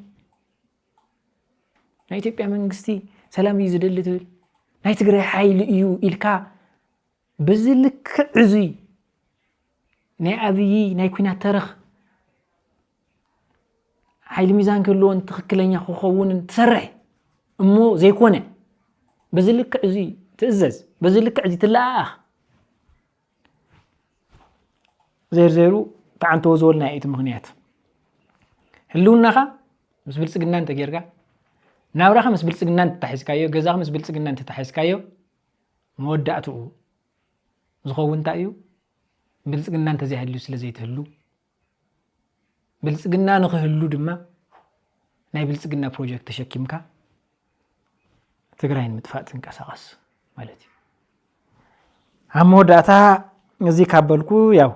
ካፍት ጀምርናዮ ናይ ኢሳያስ ቃለ ምሕትት ኩነታት ከመይ ኣብ ሱዳን ዘሎ ኩነታት ምስ ቀይሕ ባሕር ተታሒዙ ምስ ናይል ተታሒዙ ዘሎ ናይ ኣሰላልፋ ጉዳይ ከምኡ ናብ ኢትዮጵያ ዘሎ ኩናት እቲ ኩናት ናብ ኤርትራ ዝመጽእ ኩናት እውን ናብ ኢትዮጵያ ዝተኣወጀ ዝበሉሉ ከመይ ገይሮም ከብዘ ተኣሳሰርዎ ትምስ ፋኖ ዝግበር ትምስ ትግራይ ዝግበር ትምስ ኦነግ ዝግበር ብቐጥታ ምስ ኤርትራ እውን ክተሓሓዝ ከም ዝኽእል ምስ ኤርትራ ዝግበር ኩናት بتجري أنت خوينو تجري عود خوينات يخون نزول حيلي زين مكل خلف زكبر كله زم لاختي نيرو دحر بسرو خوينات العلكال ناون يزمسل بحد بخلي قام قدمه ونقوم كبرت عكا خليو فانو كبرت عكا خليو تجريون بناي وعلو فك على سكاين إنه وعلو ربحة زل زتوكم يسلزي أو إثيوبيا وشتون زحشة أسلال فخمز اللو وختوكم يوم فتينو أو سودانون باللجان عوتن كم زلوهم نمتقاميهم فتينهم إلون مستناي نايل كيح بحر تتحاحزون حدقنيا مخانون سوان وخالوت خونو كالوت إرفرا تراي كم زي كونتون نمر أي زفتنوا ليس لذي بسلستي جز بإثيوبيا جز يغون من السودان تتحاحز زلو قدا يغون إلون مستناي نايل زولو نايل تفاسس ناي مايت زولو حدقنيا منقصاص مخانو بزلك عزي تم بريزيدنت انا زردني كوينات سيمص خمزلون افتناتاتهم ناي بروباغندا حلقاتينا زي كونس زخالنا يوم مدلاوات غيرنا مس مصن ريو زبلن انتماصيم ግን በሱዳን ዘሎ ጉዳይ ይሁን ምስ ግብጽ ዘሎ ጉዳይ ይሁን አውሽ ኢትዮጵያ ዘሎ ጉዳይ ይሁን ከመይ ከተቀመሉ ከምዝኸሉ ዘርኢ وناتات قليتنا هنا كويناتي متصخم زلقن كاوزين عقب التوقعمي قد يلن ببهريون ناي إترا بريزيدنت بزلك عزي ماتيو اسكا حزز زقور وم قرب في اليزباله خوينو يرخيو يسكا حزز زقور وم قال محتات زي سقعتون زحزل ناي كوينات سقعت ون بقى كوينات سي نايمان نايم صعدوا لك انت موصي دما سلستيوم حيل ميزانات هاي لوط خمس زخلو في خوينات لوط خمس زخلو نطبتات سلسته نطبتات وشت ኢትዮጵያ ዘሎ حدحد ኢሉውን ሱዳን ዘሎ ኢሉውን ምስ ግብጽን ካልኦትን ምስ ናይል ተታሒዙ ተሰሳር ንምግላጽ ፈቲኖም እዮም እዚውን ንሕና ብዝተኻለ መጠን ካብ ዝሃው ቅድሚ ሕዝን ንሆ ዝነበርና ንቅድሚት እውን ታይ ክመጽእ ዘለዎ ናይ ባዕልና رديت ريتون عرفنا الحليفنا عنا لو انت قارو خوينا مس ابي احمد تسلفهم تግራይ مسقلقل نمتاو قالو سزلو ጎን ዝኸዱ ዝነበሩ ሰለስተ ጀነራላት አልካ ደርካ ዘይባሉ ክርስቶስን መስቀል ከምቲ ጲላጦስን ሄሮድስን እርቅ ዝፈጸሙ ዘም አካላት እዚአተሙን ናብ ትግራይ ኩናት ንምውላድን ትግራይ ናይ ትግራይ ስረት ንምውላድን በተለይ ሳሞራ عارفكم تقمطوا عقمي يقولكمن كالي ممارس يقولكمن تسعيركم يخم زول ما الاختزال لو مدرئي نحلف نيرو يوهانسون جون مانغاغون كاو زتفلي يغونن او زلنا رديت حزم مزمط زلو تشكموا وتل اخوتاي دحر زوق عزيسي بزحلفه جيتاچو ردا حزو وزمص غدا نيرو تعبي نجار تاينيرو أما نقفانون شعبيان نايتقرأي حايلين زلوا ركب نزي مسارات بمقبار ناي أبي منجستي كوينات ناي كوينات تاريخ ينيرو حزم مزيم نيرو حزي نعوزت أنا خريب توم جنرالاتهم حزم مزلوا كاوزي استفلي يكونن أم وداتا تقرأي جزء من محدار زمر حزلوا جنرال تعدس ورد يكون حوحات زمر حزلوا أكلات بملؤم أو تقرأي زلوا حيلي تساراوت يكون حزون بتدقاقامي تقرأي نتخونتات نقمقيمة نبوليتيكاو دردر كخون زغور علامان ودابن مرحنة تقرأي حزو تتقلوا له ساعات حزيو كافتم ناي صلاتي زركب دخمت زي كونس كاو ناي بعلخا ربحة أنصار كاو ناي بعلخا ناي كالس أنفت أنصار ننوح إوان زقتصل ناي تقرأي هلونا بزلاق زرقاقز علامان أنفتن هزو تقرأي حزون يدللو زي نخمت تدقاقامي إنا زغطن مفتار نفتن زلنا خلو مثليتي إليتون حزي تنودابتاتون بمولئن ناي تقرأي استراتيجيكاو مواسع مس منقس إثيوبيا زقبر دردر يخون مس قربابتي مس إرتران مس كالوتن زقبر دردر يخون تاكتيكال يخون استراتيجيكال ركبات تسأنعن كافتي وانا علامة زوجسن نكون يقبأ قبل موداتا أمونغو تقرأي إرتران زلو ركب دما كاو قونسي مرحق سلام أفتخبا بمعسال حزبي ركب بخلي تقص كوينكا زي متخاص كابزبل زليلو بزلاقي تاريخ كغير بزخيل نايخلوتيو حزبي هلونا بزلاقي ناب حدا كمس بزخيل مخنياتهم حدا خنبل كلنا داي مالوتيو نايخلوتيو حزبي هلونا دري لنا هنا حايلتات ناب حدا كموصن كلو صلاقي يسعر حايلتات كبتون كلو ناي صلاق مغاباري خوينم كالوت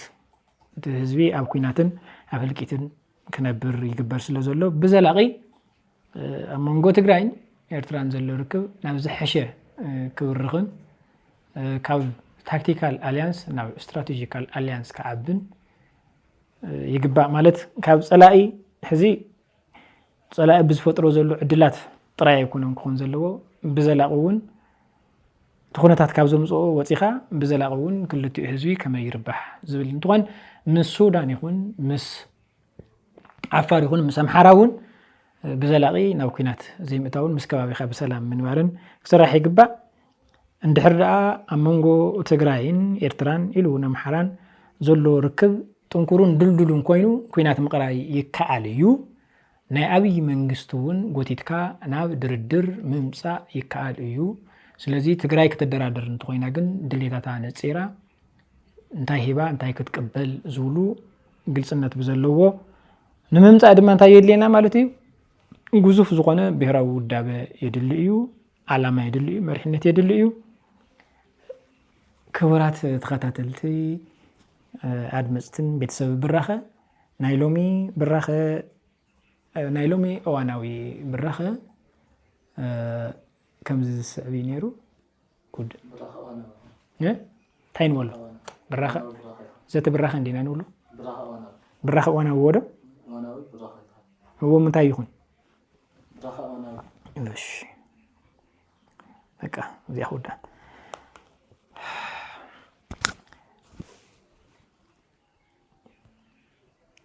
አድመጽትን ተኸታተልትን ቤተሰብ ብራኸ ኣብ ብራኸ እዋናዊ ዝነበረና ጻንሒት ከምቲ ኣመተው ዝገለጽክዎ ሎማዓንቲ መሳርሕቲ መደንገር ስላሴ ኣይተረኸበትን ኣፍቶም ዋናውና ሰለስተ ነጥብታት አልኢልና እዋናዊ ሓበሬታን ናይ ባዕልና ርእይቶን እናዓረፍና ጸኒሕና ኢና ምሳኹም ጸንሐኹ ክንፈ ገብረ ዮሃንስ ብኻልእ መደብ ክንራኸብ ኢና ሰናይ ቀን